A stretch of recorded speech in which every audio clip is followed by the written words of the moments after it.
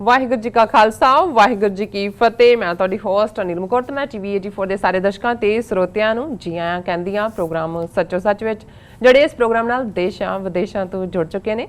Khalistan affair centre ਦੇ ਸੰਚਾਲਕ doctor Amarjit Singh ji ਰੋਜ਼ਾਨਾ ਹੀ ਤਰ੍ਹਾਂ ਸਾਡੇ ਨਾਲ ਅੱਜ ਸਟੂਡੀਓ ਵਿੱਚ ਸ਼ਾਮਲ ਨੇ। ਆਓ ਉਹਨਾਂ ਨਾਲ ਗੱਲਬਾਤ ਕਰਕੇ ਅੱਜ ਦੇ ਅਹਿਮ ਇਸ਼ੂਜ਼ ਉੱਪਰ ਉਹਨਾਂ ਤੋਂ ਉਹਨਾਂ ਦਾ ਤਜ਼ੀਆ ਜਾਣਦੇ ਹਾਂ।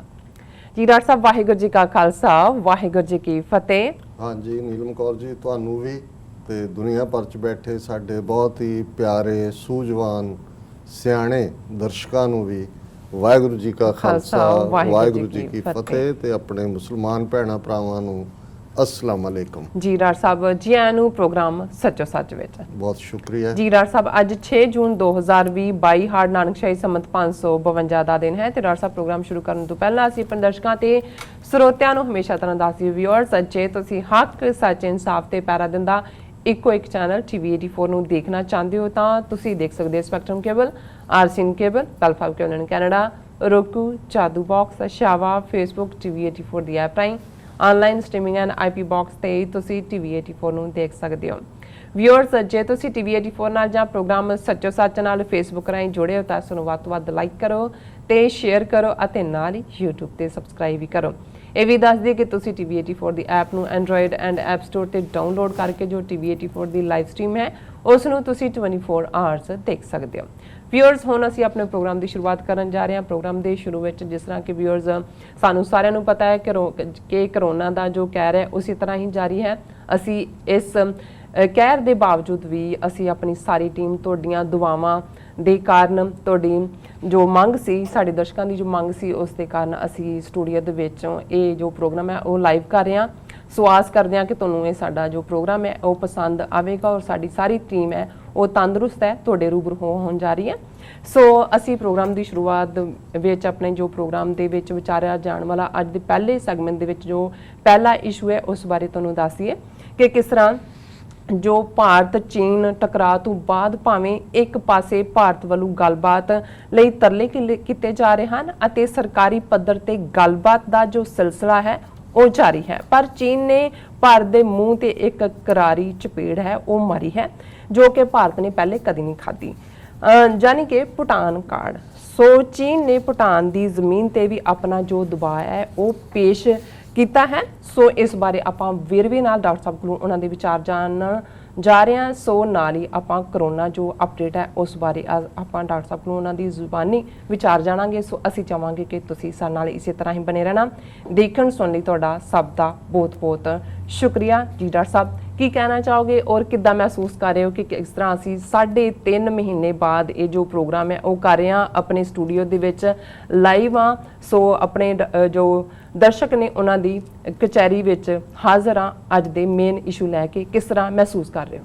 ਸੋ ਜ਼ਾਹਰ ਹੈ ਕਿ ਜਿਹੜਾ ਐਕਸਪੀਰੀਅੰਸ ਇਹਨਾਂ 3.5 ਮਹੀਨਿਆਂ 'ਚ ਸੀ, ਰੂਹਾਨੀ ਦੁਨੀਆ ਦੇ ਵੀ ਬਹੁਤ ਸਾਰੇ ਜਿਹੜੇ ਇਸ ਕਿਸਮ ਦੇ ਇਕਾਂਤ ਦੇ ਮੌਕੇ ਹੁੰਦੇ ਨੇ, ਤੁਹਾਨੂੰ ਐਕਸਪੀਰੀਅੰਸ ਹੁੰਦੇ ਨੇ। ਆਪਣੇ ਦਰਸ਼ਕਾਂ ਦੇ ਨਾਲ ਅਸੀਂ ਲਾਈਵ ਗੱਲਬਾਤ ਨੂੰ ਮਿਸ ਕੀਤਾ ਹੈ। ਜ਼ਾਹਰ ਹੈ ਬਾਹਰ ਨਾ ਆ ਸਕਣਾ, ਗੁਰਦੁਆਰਾ ਜਾਂ ਬਾਕੀ ਸੋਸ਼ਲ ਇੰਟਰੈਕਸ਼ਨ ਔਰ ਪੋਲੀਟੀਕਲੀ ਵੀ ਜੋ ਨਾ ਇਸ ਪੀਰੀਅਡ 'ਚ ਕੋਈ ਪ੍ਰੋਟੈਸਟ ਹੋਏ, ਨਾ ਕੋਈ ਕਾਨਫਰੰਸਿਸ, ਕੋਈ ਸੈਮੀਨਾਰ ਹੋ ਸਕੇ।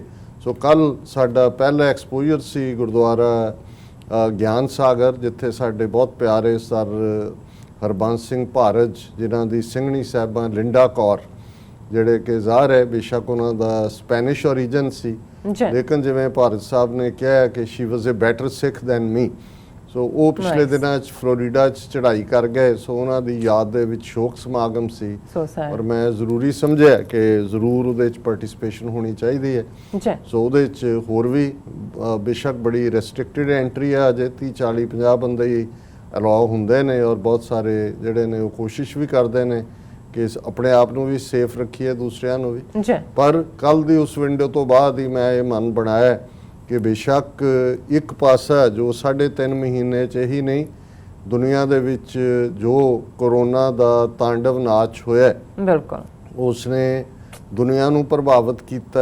ਅਮਰੀਕਾ ਦੇ ਵਿੱਚ ਅਸੀਂ 1,03,000 ਤੋਂ ਜ਼ਿਆਦਾ ਡੈਥਸ ਦੇਖਦੇ ਹਾਂ ਔਰ ਮੈਂ ਨਿਊਯਾਰਕ ਦੀਆਂ ਅੱਜ ਤੱਕ ਦੀਆਂ ਫਿਗਰਸ ਵੀ ਦੇਖ ਰਿਹਾ ਸੀ ਕਿ ਨਿਊਯਾਰਕ 'ਚ 4,22,728 कोरोना पॉजिटिव केस होए जी। और 32,264 मौतां हुईਆਂ ਨੇ। बिल्कुल ਸੋ ਅਸੀਂ ਰੱਬ ਦੇ ਸ਼ੁਕਰਗੁਜ਼ਾਰ ਹਾਂ ਔਰ ਜ਼ਾਹਰ ਹੈ ਆਪਣੇ ਦਰਸ਼ਕਾਂ, ਆਪਣੇ ਚਾਹਣ ਵਾਲਿਆਂ, ਆਪਣੇ ਪਿਆਰਿਆਂ ਦੇ ਜਿਨ੍ਹਾਂ ਦੀਆਂ ਦੁਆਵਾਂ ਅਰਦਾਸਾਂ ਨੇ ਸਾਡੀ ਸਾਰੀ ਟੀਮ ਨੂੰ ਮਹਿਫੂਜ਼ ਰੱਖਿਆ। जी ਹਾਲਾਂ ਦੂਸਰੀ ਵੇਵ ਦਾ ਦੌਰ ਹੈ, ਲੇਕਿਨ ਅਸੀਂ ਫਿਰ ਵੀ ਰੱਬ ਦੇ ਭਰੋਸੇ ਇੰਨਾ ਕੁ ਰਿਸਕ ਹੁਣ ਲੈਣ ਲੱਗੇ ਲੈਣ ਹਾਂ ਲੱਗੇ ਹਾਂ, ਕਿ ਬਿਲਕੁਲ। ਅਸੀਂ ਇਸ ਪ੍ਰੋਗਰਾਮ ਨੂੰ ਲਾਈਵ ਕਰ ਰਹੇ ਹਾਂ ਔਰ ਅਸੀਂ ਇਹ ਆਸ ਕਰਦੇ ਹਾਂ ਕਿ ਤੁਸੀਂ ਵੀ ਸਾਰੇ ਆਪਣੇ ਘਰਾਂ ਦੇ ਵਿੱਚ ਸੇਫ ਹੋਵੋਗੇ। जी ਜ਼ਾਹਰ ਹੈ ਜ਼ਿੰਦਗੀ ਤੁਰਦੀ ਹੈ, ਬਹੁਤ ਸਾਰੇ ਤੁਹਾਡੇ ਪਿਆਰੇ ਜਿਹੜੇ ਕੱਲ ਤੱਕ ਸਾਡੇ ਸਾਥ ਸਨ बिल्कुल ਉਹ ਇਸ ਕਰੋਨਾ ਦੀ ਵਜ੍ਹਾ ਕਰਕੇ ਇਸ ਦੁਨੀਆ ਨੂੰ ਅਲਵਿਦਾ ਕਹਿ ਗਏ। ਉਹਨਾਂ ਸਾਰਿਆਂ ਦੇ ਲਈ ਅਸੀਂ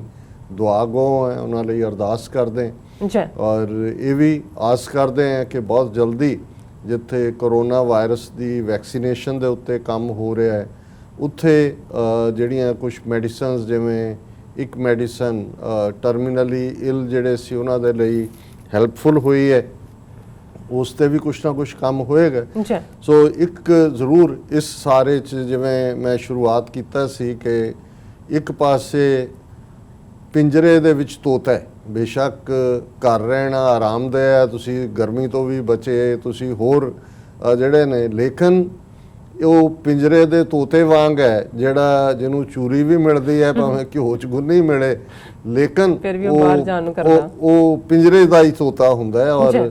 ਜ਼ਾਹਰ ਹੈ ਕਿ ਬਾਹਰ ਅੱਜ ਜਦੋਂ ਕੱਲ ਮੈਂ ਨਿਕਲਿਆ ਔਰ ਕੱਲ ਅਸੀਂ ਜਾ ਰਹੇ ਸੀ ਡਰਾਈਵ ਕਰਕੇ ਉਧਰ ਨੂੰ, ਤੇ ਉਹ ਅਲਾਮਾ ਇਕਬਾਲ ਦਾ ਇਹ ਸ਼ੇਅਰ ਮੇਰੇ ਮਨ ਦੀਆਂ ਨਜ਼ਰਾਂ ਸਾਹਮਣੇ ਆ ਰਿਹਾ ਸੀ ਕਿ ਐ ਤਾਇਰੇ ਲਾਹੂਤੀ ਉਸ ਰਿਜ਼ਕ ਸੇ ਮੌਤ ਅੱਛੀ ਜਿਸ ਰਿਜ਼ਕ ਸੇ ਆਤੀ ਹੋ ਪਰਵਾਜ਼ ਮੇਂ ਕੋਤਾਹੀ। जी ਕਿ ਇਹ ਡਿਵਾਈਨ ਬਰਡ, ਉਸ ਰੱਬ ਦੀ ਦੁਨੀਆ ਦੇ ਪੰਛੀ, ਉਹ ਰਿਜ਼ਕ ਨਾ ਖਾਈ, ਉਹਦੇ ਨਾਲੋਂ ਮਰਨਾ ਕਬੂਲ ਕਰੀ ਜਿਸ ਦੇ ਨਾਲ ਤੇਰੀ ਪਰਵਾਜ਼, ਤੇਰੀ ਉਡਾਨ, ਉਸ ਦੇ ਨਾਲ ਸਮਝੌਤਾ ਕਰਨਾ ਪਏ। जी ਸੋ ਇਹ ਇੱਕ ਸ਼ੇਅਰ ਆਪਣੇ ਆਪ 'ਚ ਗੁਲਾਮੀ ਔਰ ਆਜ਼ਾਦੀ ਦੋਨਾਂ ਨੂੰ ਡਿਫਾਈਨ ਕਰਦਾ ਹੈ। बिल्कुल ਜਦੋਂ ਕੌਮਾਂ ਇੱਕ ਦਾਇਰੇ 'ਚ ਆ ਜਾਂਦੀਆਂ ਨੇ, ਕੌਮਾਂ ਇੱਕ ਜਿਹੜੀ ਹੈ ਉਹ ਤਾਲਾਬੰਦੀ 'ਚ ਆ ਜਾਂਦੀਆਂ ਨੇ, ਜੋ ਹਾਲ 72 ਸਾਲ ਤੋਂ ਸਿੱਖ ਕੌਮ ਜਿਵੇਂ ਭਾਰਤੀ ਕੈਦ 'ਚ ਫਸੀ ਹੋਈ ਹੈ, ਜਾਂ ਕਸ਼ਮੀਰ ਵਾਦੀ ਦੇ ਸਾਡੇ ਵੀਰ ਭੈਣਾਂ ਜਿਹੜੇ 5 ਅਗਸਤ ਤੋਂ ਲੈ ਕੇ 2019 ਤੋਂ ਉਸ ਤੋਂ ਵੀ 3 ਦਿਨ ਪਹਿਲਾਂ जी ਡਬਲ ਲਾਕਡਾਊਨ 'ਚ ਨੇ, बिल्कुल ਉਹਨਾਂ ਦੇ ਨਾਲ ਕੀ ਵਾਪਰ ਰਿਹਾ। ਔਰ ਜ਼ਾਹਰ ਹੈ ਕਿ ਅਸੀਂ ਆਪਣੇ ਲਾਸਟ ਪ੍ਰੋਗਰਾਮ ਤੱਕ ਇੱਕ ਸੈਗਮੈਂਟ ਕਸ਼ਮੀਰ ਵਾਦੀ ਦੇ ਆਪਣੇ ਭੈਣਾਂ ਭਰਾਵਾਂ ਨੂੰ ਸਮਰਪਿਤ ਕਰਦੇ ਰਹੇ ਔਰ ਹੁਣ ਵੀ ਅਸੀਂ ਅੱਜ ਵੀ ਗੱਲਬਾਤ ਕਰਾਂਗੇ ਇੱਕ ਜਿਹੜਾ ਸੈਗਮੈਂਟ ਕਿ ਕਿਵੇਂ ਉਹਨਾਂ ਨੇ ਬਿਲਕੁਲ ਜੋ ਲੱਦਾਖ ਦੇ ਵਿੱਚ ਚੱਲ ਰਿਹਾ ਹੈ, ਜਿਹੜੀ ਕਸ਼ਮੀਰ ਦੀਆਂ ਪ੍ਰਮੁੱਖ ਧਿਰਾਂ ਨੇ, ਬੇਸ਼ੱਕ ਹੁਰੀਅਤ ਕਾਨਫਰੰਸ ਇਸ ਵੇਲੇ ਘਰੇਲੂ ਕੁਛ ਖਾਨਾ ਜੰਗੀ ਦਾ ਵੀ ਸ਼ਿਕਾਰ ਹੈ, ਜਿਵੇਂ ਸੈਯਦ ਅਲੀ ਸ਼ਾਹ ਗਿਲਾਨੀ ਹੋਰਾਂ ਨੇ ਅਸਤੀਫਾ ਦਿੱਤਾ ਹੈ ਜਾਂ ਉਹਨਾਂ ਦੇ ਲੀਡਰ ਮਨੀ ਲਾਂਡਰਿੰਗ ਔਰ ਦੂਜੇ 'ਚ ਉਹਨਾਂ ਦੀ ਨੈਸ਼ਨਲ ਇਨਵੈਸਟੀਗੇਟਿਵ ਏਜੰਸੀ ਨੇ ਫਸਾਏ ਹੋਏ ਨੇ। जी ਲੇਕਿਨ ਇਹਦੇ ਬਾਵਜੂਦ ਕਿ ਨੈਸ਼ਨਲ ਕਾਨਫਰੰਸ ਫਾਰੂਕ ਅਬਦੁੱਲਾ ਦੀ ਜਾਂ ਮਹਿਬੂਬਾ ਮੁਫਤੀ ਦੀ PDP ਜਿਹੜੀਆਂ ਸਰਕਾਰੀ ਧਿਰਾਂ ਹੀ ਨੇ, ਈਵਨ ਜਿਹੜੀ ਗੱਲ ਦਿੱਲੀ ਹਕੂਮਤ ਨੂੰ ਪਰੇਸ਼ਾਨ ਕਰ ਰਹੀ ਹੈ ਕਿ ਇਹਨਾਂ ਦੋਨਾਂ ਧਿਰਾਂ ਨੇ ਵੀ ਲੱਦਾਖ ਮੁੱਦੇ ਦੇ ਉੱਤੇ ਕੋਈ ਬਿਆਨ ਨਹੀਂ ਦਿੱਤਾ ਔਰ ਉਹਨਾਂ ਦਾ ਉਹ ਸਾਇਲੈਂਟ ਨੇ ਔਰ ਇਸ ਦੇ ਉੱਤੇ ਵੀ ਅਸੀਂ ਗੱਲ ਕਰਾਂਗੇ। ਪਰ ਜ਼ਾਹਰ ਹੈ ਕਿ ਇਹ ਜਦੋਂ ਅਸੀਂ ਈਵਨ ਲੱਦਾਖ ਦੀ ਗੱਲ ਵੀ ਕਰ ਰਹੇ ਹਾਂ, ਇਹ ਵੀ ਜੰਮੂ ਕਸ਼ਮੀਰ ਦੀ ਗੱਲ ਹੈ, जी ਕਿਉਂਕਿ ਜਿਸ ਅੰਦਾਜ਼ 'ਚ ਇਹਨਾਂ ਨੇ 5 ਅਗਸਤ 2019 ਨੂੰ ਆਰਟੀਕਲ 370 ਖਤਮ ਕੀਤਾ ਹੈ, बिल्कुल ਲੱਦਾਖ ਨੂੰ ਯੂਨੀਅਨ ਟੈਰੀਟਰੀ ਬਣਾ ਕੇ ਸਿੱਧੇ ਤੌਰ ਤੇ ਆਪਣੇ ਕਬਜ਼ੇ 'ਚ ਲੈ ਕੇ ਔਰ ਜਿਹੜਾ ਨਵਾਂ ਨਕਸ਼ਾ ਜਾਰੀ ਕੀਤਾ ਹੈ ਉਹਦੇ 'ਚ ਅਕਸਾਈ ਚਿੰਨ੍ਹ ਨੂੰ ਵੀ ਭਾਰਤ ਦਾ, ਜਿਹੜਾ ਕਿ ਚੀਨ ਦੇ ਕੋਲ ਹੈ, ਉਹਨੂੰ ਭਾਰਤ ਦਾ ਹਿੱਸਾ ਦੱਸਿਆ ਔਰ ਜ਼ਾਹਿਰਾ ਤੌਰ ਦੇ ਉੱਤੇ ਇਸ ਸਾਰੇ ਨੇ ਨਾ ਸਿਰਫ ਨੇਪਾਲ, ਲਿਪੂ ਲੇਕ ਔਰ ਕਾਲਾ ਪਾਣੀ ਔਰ ਲਿਪੂ ਧਰਵ ਉਹ ਵੀ ਇਹਨਾਂ ਨੇ ਆਪਣੇ ਨਕਸ਼ੇ 'ਚ ਦਿਖਾਏ। जी ਸੋ ਜ਼ਾਹਿਰ ਹੈ ਕਿ ਨੇਪਾਲ ਦੇ ਨਾਲ ਤਾਂ ਹੁਣ ਪਰਮਾਨੈਂਟ ਉਹ ਲਾਈਨ ਖਿੱਚੀ ਗਈ, ਜਿਹਦੀ ਬਦੌਲਤ ਉਹਨਾਂ ਨੇ ਆਪਣੇ ਈਵਨ ਕਨਸਟੀਟਿਊਸ਼ਨ ਦੇ ਵਿੱਚ ਵੀ ਅਮੈਂਡਮੈਂਟ ਕਰਕੇ ਹੁਣ ਉੱਥੇ ਕੋਈ ਨਵਾਂ ਭਾਵੇਂ ਇੰਡੀਆ ਪੱਖੀ ਆ ਜਾਏ, ਜਿਵੇਂ ਮਿਸਟਰ ਔਲੀ ਸ਼ਰਮਾ ਨੂੰ ਇਹ ਰਿਮੂਵ ਕਰਨਾ ਚਾਹੁੰਦੇ ਨੇ। जी ਇਹਨਾਂ ਨੇ ਪ੍ਰਚੰਡਾ ਦੇ ਰਾਹੀਂ ਇੱਕ ਮੀਟਿੰਗ ਮੰਡੇ ਰੱਖੀ ਸੀ, ਹੁਣ ਬੁੱਧਵਾਰ ਤੇ ਪਾ ਦਿੱਤੀ ਹੈ, ਵਿਦਨ ਪਾਰਟੀ ਚੈਲੰਜ ਕਰਵਾਇਆ ਔਰ ਉਹ ਕਹਿ ਰਹੇ ਨੇ ਜੀ ਤੁਸੀਂ ਅਨਨੈਸੈਸਰੀ ਪੋਲੀਟੀਕਲ ਸਟੇਟਮੈਂਟਸ ਦੇ ਕੇ ਡਿਪਲੋਮੈਟਿਕ ਤੌਰ ਦੇ ਉੱਤੇ ਵੀ ਜਿਹੜਾ ਖਰਾਬੀ ਕੀਤੀ ਹੈ। ਜ਼ਾਹਰ ਹੈ ਇੰਡੀਆ ਹੁਣ ਢਿੱਲ ਆ ਰਿਹਾ, ਪਰ ਉੱਥੇ ਕੋਈ ਪ੍ਰਚੰਡਾ ਆ ਜਾਏ ਕਿ ਗਿਆਨ ਚੰਡਾ ਆ ਜਾਏ, ਜਿਹੜਾ ਕਨਸਟੀਟਿਊਸ਼ਨ ਦੇ ਵਿੱਚ ਅਮੈਂਡਮੈਂਟ ਹੈ ਉਹਨੂੰ ਇਸ ਕਲੇਮ ਦੇ ਉੱਤੇ ਖਲੋਣਾ ਪਏਗਾ ਕਿ ਇਹ ਤਿੰਨੋਂ ਇਲਾਕੇ ਨੇਪਾਲ ਦੇ ਨੇ। ਸੋ ਇਹ ਵੀ ਭਾਰਤ ਵੱਲੋਂ ਇਸ ਕਸ਼ਮੀਰ ਦਾ ਸਟੇਟਸ ਬਦਲਣ ਤੋਂ ਬਾਅਦ ਕੀਤੀ ਸ਼ਰਾਰਤ ਦੀ ਬਦੌਲਤ ਹੋਇਆ। ਔਰ ਫਿਰ ਅਸੀਂ ਦੇਖਦੇ ਹਾਂ ਕਿ ਚੀਨ ਨੇ ਜਿਹੜਾ ਸਟੈਂਡ ਆਫ ਤਾਂ ਬੇਸ਼ੱਕ ਹੁਣ ਪਿਛਲੇ 9 ਹਫ਼ਤੇ ਤੋਂ ਕਿਹਾ ਜਾ ਰਿਹਾ, ਲੇਕਿਨ ਉਹਨਾਂ ਨੇ ਮਾਰਚ ਮਹੀਨੇ ਤੋਂ ਹੀ ਲੈ ਕੇ ਉਹ ਪੈਂਗੋਂਗ ਲੇਕ ਹੋਏ ਔਰ ਗਲਵਾਨ ਵੈਲੀ ਦੇ ਵਿੱਚ ਤਾਂ ਫਿਰ ਜਿੱਥੇ ਆਮੋ ਸਾਹਮਣੇ ਦੋ ਹੱਥ ਕਰਨ ਦਾ ਮੌਕਾ ਆਇਆ ਤੇ ਕਿਵੇਂ ਭਾਰਤ ਦੇ 20 ਸੋਲਜਰ ਜਿਹੜੇ ਨੇ ਉਹ ਉਸ ਦੀ ਭੇਟ ਚੜੇ।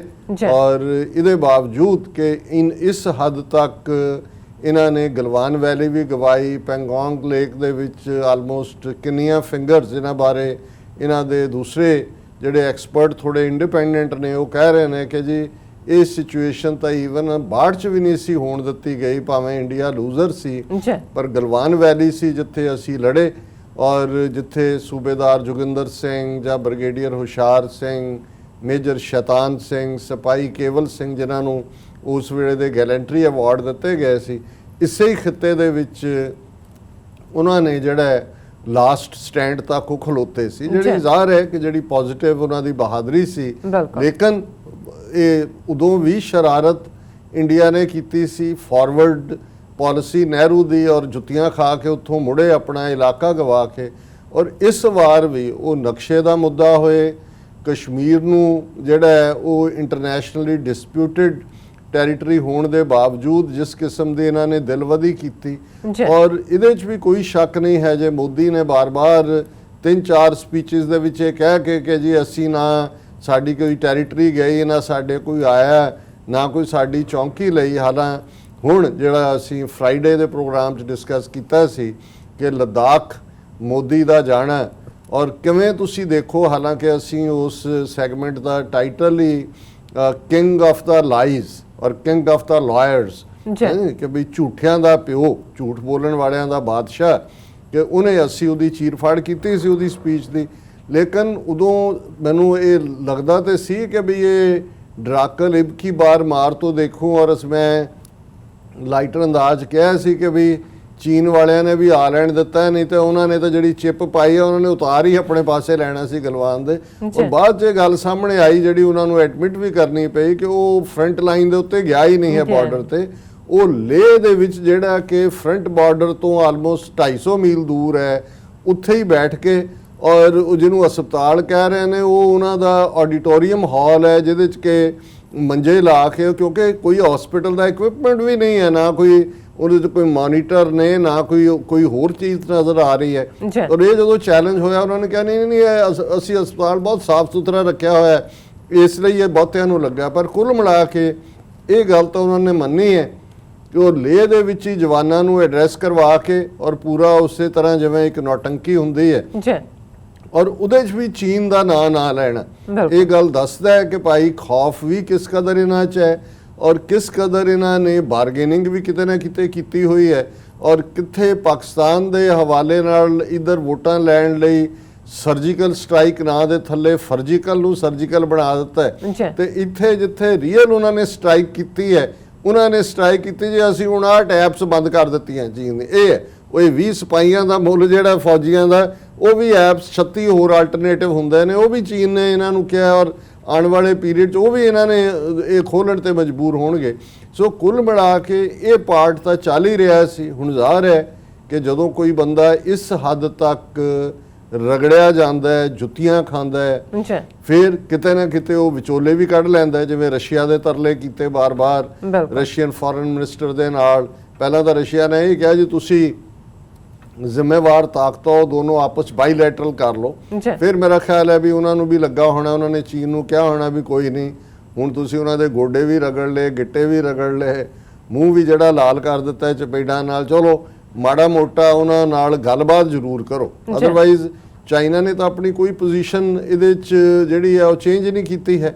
ਔਰ ਹੁਣ ਇਹਨਾਂ ਨੂੰ ਕੱਲ ਇਹ ਸੀ ਕਿ ਜੀ ਉਹ ਹੁਣ ਜਿਹੜਾ ਉਹ ਥੋੜੀ ਮੂਵਮੈਂਟ ਹੋਈ ਹੈ, ਇਹੀ ਕਹਿ ਰਹੇ ਨੇ ਡੀ-ਐਸਕੇਲੇਸ਼ਨ, ਔਰ ਅਜੀਤ ਡੋਵਲ ਦੇ ਨਾਲ ਉਹਨਾਂ ਦੇ ਜਿਹੜੇ ਫੋਰਨ ਮਿਨਿਸਟਰ ਹੈ ਵਾਂਗ ਸ਼ੀ, ਉਹਦੀ ਗੱਲਬਾਤ ਹੋਈ ਔਰ ਡੀ-ਐਸਕੇਲੇਸ਼ਨ ਹੋ ਰਿਹਾ। ਹਾਲਾਂ ਤੁਸੀਂ ਦੋਨਾਂ ਦੀ ਇਹਨਾਂ ਦੀ ਫੋਰਨ ਮਿਨਿਸਟਰੀ ਦੀ ਸਟੇਟਮੈਂਟ ਦੇਖੋ ਔਰ ਚਾਈਨਾ ਦੀ ਦੇਖੋ, ਤੁਹਾਨੂੰ ਫਰਕ ਪਤਾ ਲੱਗ ਜਾਂਦਾ ਹੈ।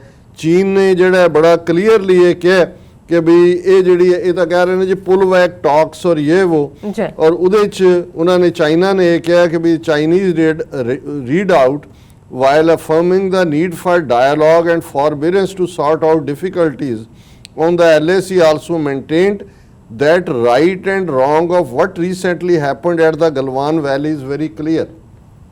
ਚੀਨ ਨੇ ਇੱਕ ਵਾਰ ਫਿਰ ਕਿਹਾ ਕਿ ਉੱਥੇ ਕੀ ਗਲਤ ਹੋਇਆ ਕੀ ਠੀਕ ਹੋਇਆ, ਬਿਲਕੁਲ ਗਲਤ ਹੈ। ਆਪਣੇ ਪ੍ਰਾਈਮ ਮਿਨਿਸਟਰ ਨੂੰ ਪੁੱਛ ਲਓ ਜਿਹੜਾ ਕਹਿੰਦਾ ਜੀ ਨਾ ਕੋਈ ਆਇਆ ਨਾ ਕੋਈ ਚੌਕੀ ਲਈ, ਇਹਦਾ ਮਤਲਬ ਤੁਸੀਂ ਦੋਸ਼ੀ ਸੀ। ਇਹ ਈਵਨ ਇਸ ਗੱਲਬਾਤ ਤੋਂ ਬਾਅਦ ਜਿਹਨੂੰ ਇਹ ਕਲੇਮ ਕਰ ਰਹੇ ਨੇ ਕਿ Doval Wang talks preceded pull back of troops from LAC, ਕਿ ਜੀ ਇਹ ਡੋਵਲ ਨੇ ਫੋਨ ਕੀਤਾ ਔਰ ਉਹਦੀ ਗੱਲਬਾਤ ਤੋਂ ਪਹਿਲਾਂ ਹੀ ਕੋਈ ਪੁੱਲ ਬੈਕ ਨਹੀਂ ਹੈ, ਨਾ ਹੀ ਉਹਨਾਂ ਨੇ ਕਰਨਾ। ਚੀਨ ਨੇ ਤਾਂ ਗੱਲ ਹੀ ਇੱਥੋਂ ਹੀ ਸ਼ੁਰੂ ਕੀਤੀ ਕਿ ਭਾਈ ਇਹ ਬਿਲਕੁਲ, ਇਹਦਾ ਮਤਲਬ ਇਹ ਹੈ ਵੀ ਜਿੱਥੇ ਅਸੀਂ ਹਾਂ ਇਹ ਸਾਡੀ ਥਾਂ ਹੈ। ਤੁਹਾਡਾ ਪ੍ਰਾਈਮ ਮਿਨਿਸਟਰ ਵੀ ਮੰਨਦਾ ਹੈ।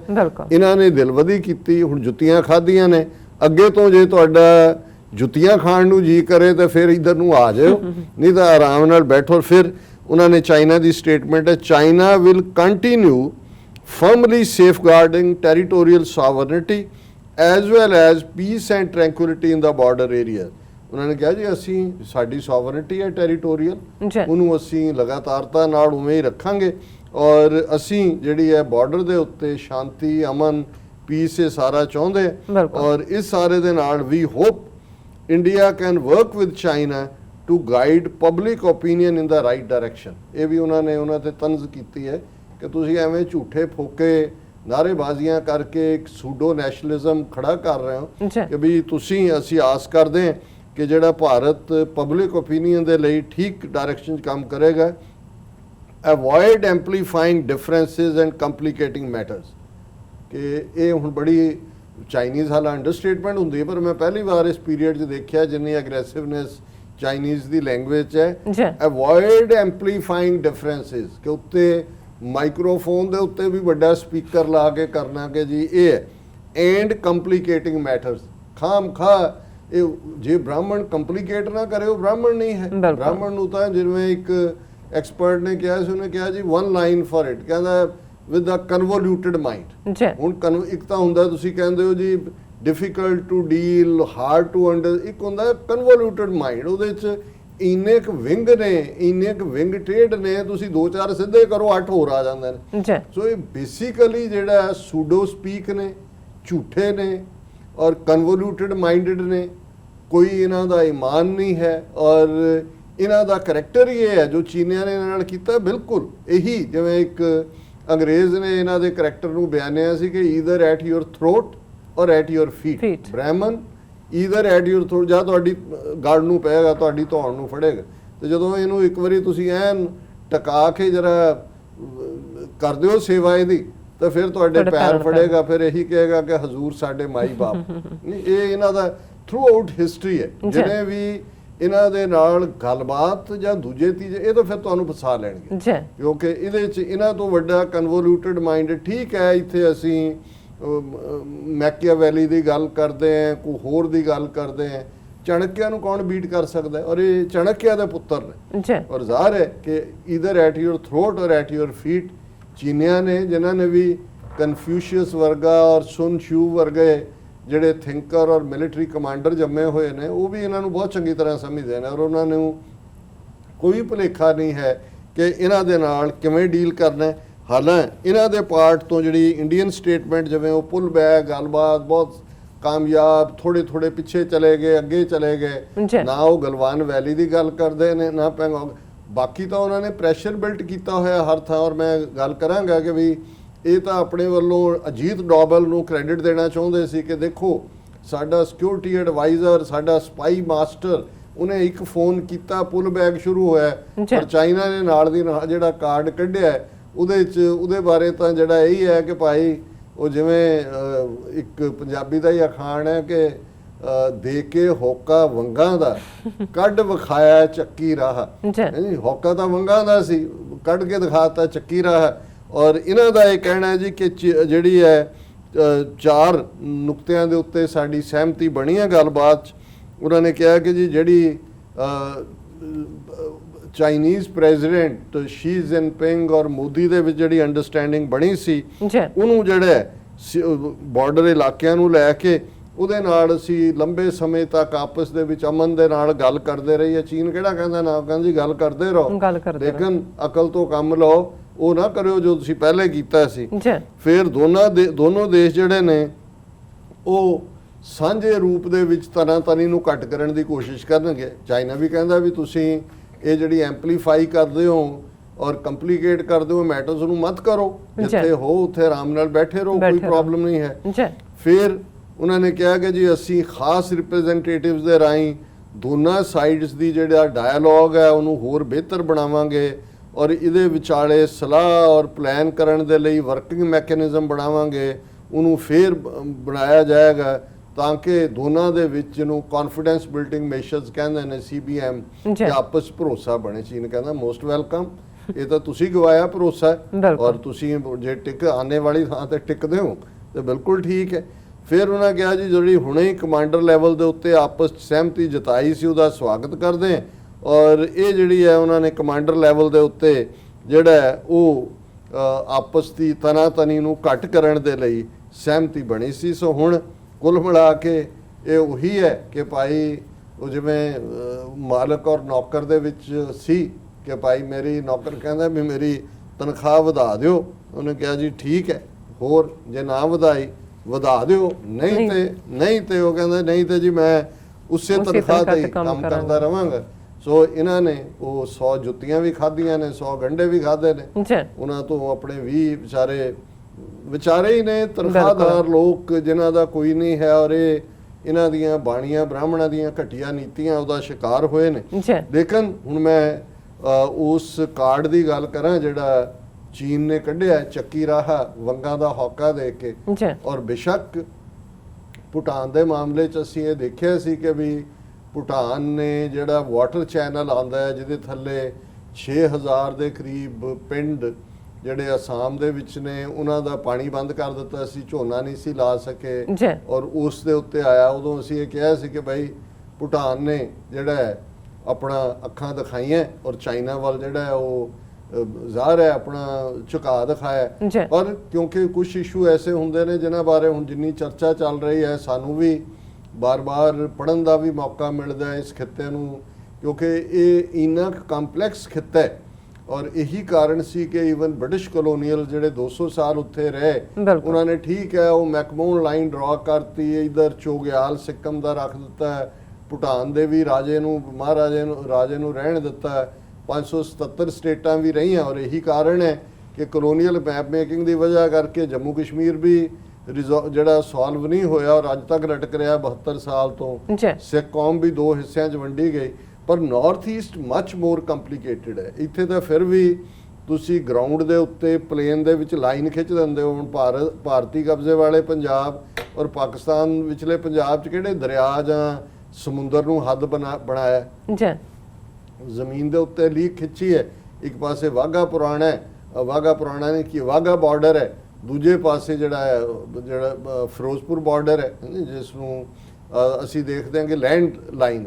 ਲੇਕਿਨ ਤੁਸੀਂ ਨਾਰਥ ਈਸਟ ਦੇ ਦੇਖਦੇ ਹੋ ਜਿਹੜੀਆਂ ਈਵਨ ਇਹਨਾਂ ਦੀਆਂ ਅੱਡ-ਅੱਡ ਸਟੇਟਾਂ ਵੀ ਇਹਨਾਂ ਨੇ ਅਸਾਮ ਚੋਂ ਕ੍ਰੀਏਟ ਕੀਤੀਆਂ ਜਿਹਦੇ ਤੇ ਕਦੇ ਕੋਈ ਕਲੇਮ ਕਰਦਾ, ਇਹ ਵੀ ਕੰਪਲਿਕੇਟਿਡ ਔਰ ਇਹ 3000-4000 ਮੀਲ ਤੋਂ ਜ਼ਿਆਦਾ ਚਲਾ ਜਾਂਦਾ ਹੈ। ਇਕੱਲਾ 3500 ਕਿਲੋਮੀਟਰ ਤਾਂ ਚੀਨ ਦਾ ਭਾਰਤ ਦੇ ਨਾਲ ਹੀ ਹੈ। ਹੁਣ ਭੂਟਾਨ ਦਾ ਜਿਹੜਾ ਬਾਰਡਰ ਜਿੱਥੇ ਡੋਕਲਾਮ 'ਚ ਅਸੀਂ 2017 'ਚ ਦੇਖਿਆ ਕਿ ਕਿਵੇਂ ਜਿਹੜੀ ਹੈ ਉਹ ਚੀਨ ਔਰ ਭਾਰਤ ਦੀਆਂ, ਹਾਲਾਂ ਭਾਰਤ ਦਾ ਬਾਰਡਰ ਨਹੀਂ ਲੱਗਦਾ ਹੈ ਉੱਥੋਂ ਡੋਕਲਾਮ ਤੋਂ, ਪਰ ਇਹ ਜਾਣ ਕੇ ਭੂਟਾਨ ਨੂੰ ਕਿਉਂਕਿ ਭਾਰਤ ਨੇ ਆਪਣੇ ਖੰਭਾਂ ਥੱਲੇ ਲੁਕੋਇਆ ਹੋਇਆ ਚਾਈਨਾ ਦਾ ਉਹਦੇ 'ਚ, ਔਰ ਇੱਕ ਸਾਈਡ ਜਿਹੜੀ ਭੂਟਾਨ ਦੀ ਹੈ ਜਿਹਦਾ ਬਾਰਡਰ ਬੇਸ਼ੱਕ ਸਿੱਧਾ ਅੱਜ ਚੀਨ ਨਾਲ ਨਹੀਂ ਲੱਗਦਾ ਪਰ ਉਹਦਾ ਬਾਰਡਰ ਅਰੁਣਾਚਲ ਦੇ ਨਾਲ ਜਿਹਨੂੰ ਚਾਈਨਾ ਆਪਣਾ ਹਿੱਸਾ ਕਹਿੰਦਾ ਹੈ ਔਰ ਉਹਦੇ 'ਚੋਂ ਤਵਾਂਗ ਹੈ, ਤੇਜਪੁਰ ਹੈ ਔਰ ਇਹ ਸਾਰਾ ਜਿਹਨੂੰ ਚਾਈਨਾ ਜਿਹੜਾ ਤਿੱਬਤ ਦਾ ਹਿੱਸਾ ਕਹਿੰਦਾ ਕਿ ਤਿੱਬਤ ਦਾ ਹਿੱਸਾ ਸੀ ਜਿਹਨੂੰ ਇਹਨਾਂ ਨੇ ਅੱਡ ਸੂਬਾ ਇੰਡੀਆ ਨੇ ਬਣਾ ਕੇ ਅਰੁਣਾਚਲ ਬਣਾਇਆ। ਹੁਣ ਅਰੁਣਾਚਲ ਦਾ ਬਾਰਡਰ ਜਿਹੜਾ ਉਹ ਭੂਟਾਨ ਦੇ ਨਾਲ ਲੱਗਦਾ। ਹੁਣ ਜਿਹੜਾ ਚਾਈਨਾ ਨੇ ਆਪਣਾ ਕਾਰਡ ਕੱਢਿਆ ਕੱਲ, ਉਸ ਤੋਂ ਪਹਿਲਾਂ ਵੀ ਭੂਟਾਨ ਦਾ ਜਿਹੜਾ ਸਿਆਣੇ ਲੋਕ ਉਹਨਾਂ ਨੂੰ ਪਤਾ ਹੈ ਵੀ ਸਾਡਾ ਕਲਚਰ ਵੀ ਸਾਡਾ ਮਜ਼ਹਬ ਵੀ, ਭੂਟਾਨੀ ਵੀ ਬੁੱਧਿਜ਼ਮ ਵਾਲੇ ਨੇ, ਉਹ ਹਿੰਦੂਆਂ ਨਾਲ ਨਹੀਂ ਰਲਦਾ, ਕਲਚਰਲੀ ਵੀ ਨਹੀਂ ਹੈ। ਇੰਡੀਆ ਪ੍ਰੈਸ਼ਰ ਵੀ ਪਾਉਂਦਾ ਹੈ ਔਰ ਉਹਨਾਂ ਨੇ ਇਹ ਕੋਸ਼ਿਸ਼ ਵੀ ਕੀਤੀ ਕਿ ਉਹ ਚੀਨ ਦੇ ਨਾਲ ਆਪਣੇ, ਹੁਣ ਚੀਨ ਦੇ ਨਾਲ ਭੂਟਾਨ ਦੇ ਡਿਪਲੋਮੈਟਿਕ ਰਿਲੇਸ਼ਨਸ ਨਹੀਂ ਨੇ, ਐਮਬੈਸੀਜ਼ ਦੂਜਿਆਂ ਨਹੀਂ ਨੇ, ਵਾਇਆ ਦਿੱਲੀ ਹੁੰਦਾ, ਕਿਉਂਕਿ ਇੰਡੀਆ ਨੇ ਐਕਸਟਰਾ ਮਾਈਲ ਜਾ ਕੇ ਭੂਟਾਨ ਨੂੰ ਯੂਨਾਈਟਿਡ ਨੇਸ਼ਨਸ ਦੀ ਮੈਂਬਰਸ਼ਿਪ ਤਾਂ ਦਵਾ ਦਿੱਤੀ। ਲੈਂਡ ਲੌਕਡ ਹੈ ਭੂਟਾਨ, ਭਾਰਤ ਦੇ ਨਾਲ ਉਹਦਾ ਬਾਰਡਰ ਲੱਗਦਾ ਹੈ ਜਾਂ ਇਧਰੋਂ ਨੇਪਾਲ ਦੇ ਨਾਲ ਲੱਗਦਾ ਹੈ, ਲੇਕਿਨ ਉਹਨਾਂ ਨੇ ਕਦੇ ਵੀ ਭੂਟਾਨ ਦਾ ਇੰਟਰੈਕਸ਼ਨ ਚੀਨ ਦੇ ਨਾਲ ਪਸੰਦ ਨਹੀਂ। ਹਾਲਾਂਕਿ ਚੀਨ ਚਾਹੁੰਦਾ ਹੈ ਔਰ ਭੂਟਾਨ ਨੂੰ ਵੀ ਪਤਾ ਹੈ ਵੀ ਭਾਰਤ ਤਾਂ ਸਿਰਫ ਉੱਥੋਂ ਜਿਹੜੀ ਹੈ ਇੱਕ ਫਿਊਲ ਸਬਸਿਡੀ ਦਿੰਦਾ ਹੈ ਜਾਂ ਕੁਝ ਖਾਣ ਪੀਣ ਨੂੰ ਆਉਂਦਾ ਹੈ, ਤੇ ਜੇ ਚੀਨ ਦੇ ਨਾਲ ਸੰਬੰਧ ਜੁੜ ਜਾਣ ਤੇ ਹੁਣ ਕਿਉਂਕਿ ਨੇਪਾਲ ਦੇ ਨਾਲ ਸੀ, ਨੇਪਾਲ ਹੁਣ ਪੂਰਾ ਚੀਨ ਦੇ ਆਰਬਿਟ 'ਚ ਹੈ, ਭਾਵੇਂ ਜਿਵੇਂ ਇੰਡੀਅਨ ਏਜੰਸੀਆਂ ਉੱਥੇ ਮਿਸਟਰ ਓਲੀ ਨੂੰ ਕੱਢਣ ਦੇ ਲਈ ਕਰ ਰਹੀਆਂ ਨੇ ਕੋਸ਼ਿਸ਼, ਔਰ ਨੇਪਾਲ ਔਰ ਭੂਟਾਨ ਦਾ ਬਾਰਡਰ ਲੱਗਦਾ, ਸੋ ਉਹਨਾਂ ਨੂੰ ਲੱਗਦਾ ਹੈ ਕਿ ਭਾਈ ਸਾਡੀ ਡਿਵੈਲਪਮੈਂਟ ਜਾਂ ਕਲਚਰਲੀ ਅਸੀਂ ਉਸ ਪਾਸੇ ਦੇ ਨਾਲ ਜਿਹੜਾ ਭੂਟਾਨ, ਨੇਪਾਲ, ਚਾਈਨਾ, ਇਹ ਮੰਗਲੋਇਡ ਰੇਸ ਹੈ। ਹੁਣ ਇਹ ਜਿਹੜਾ ਯਤਨ ਹੈ 2014 ਦੇ ਵਿੱਚ ਸੈਨੈਕਸੀ, ਜਦੋਂ ਕਿ ਉੱਥੋਂ ਦੇ ਪ੍ਰਾਈਮ ਮਿਨਿਸਟਰ ਸੀ, ਉਹਨਾਂ ਨੇ ਚੀਨ ਦੇ ਨਾਲ ਬੇਸ਼ੱਕ ਭਾਰਤ ਦੇ ਰਾਹੀਂ ਗੱਲਬਾਤ ਹੋਈ ਸੀ ਔਰ ਉਹਨਾਂ ਨੇ ਕਿਹਾ ਕਿ ਵੀ ਅਸੀਂ ਚੀਨ ਔਰ ਭੂਟਾਨ ਅਸੀਂ ਜੁਆਇੰਟ ਫੀਲਡ ਸਰਵੇ ਕਰ ਲੈਂਦੇ ਔਰ ਜਿਹੜੀ ਸਾਡਾ ਡਿਸਪਿਊਟਡ ਲੈਂਡ ਹੈ ਉਹਦੇ ਤੇ ਅਸੀਂ ਫੈਸਲਾ ਲੈ ਲੈਂਦੇ।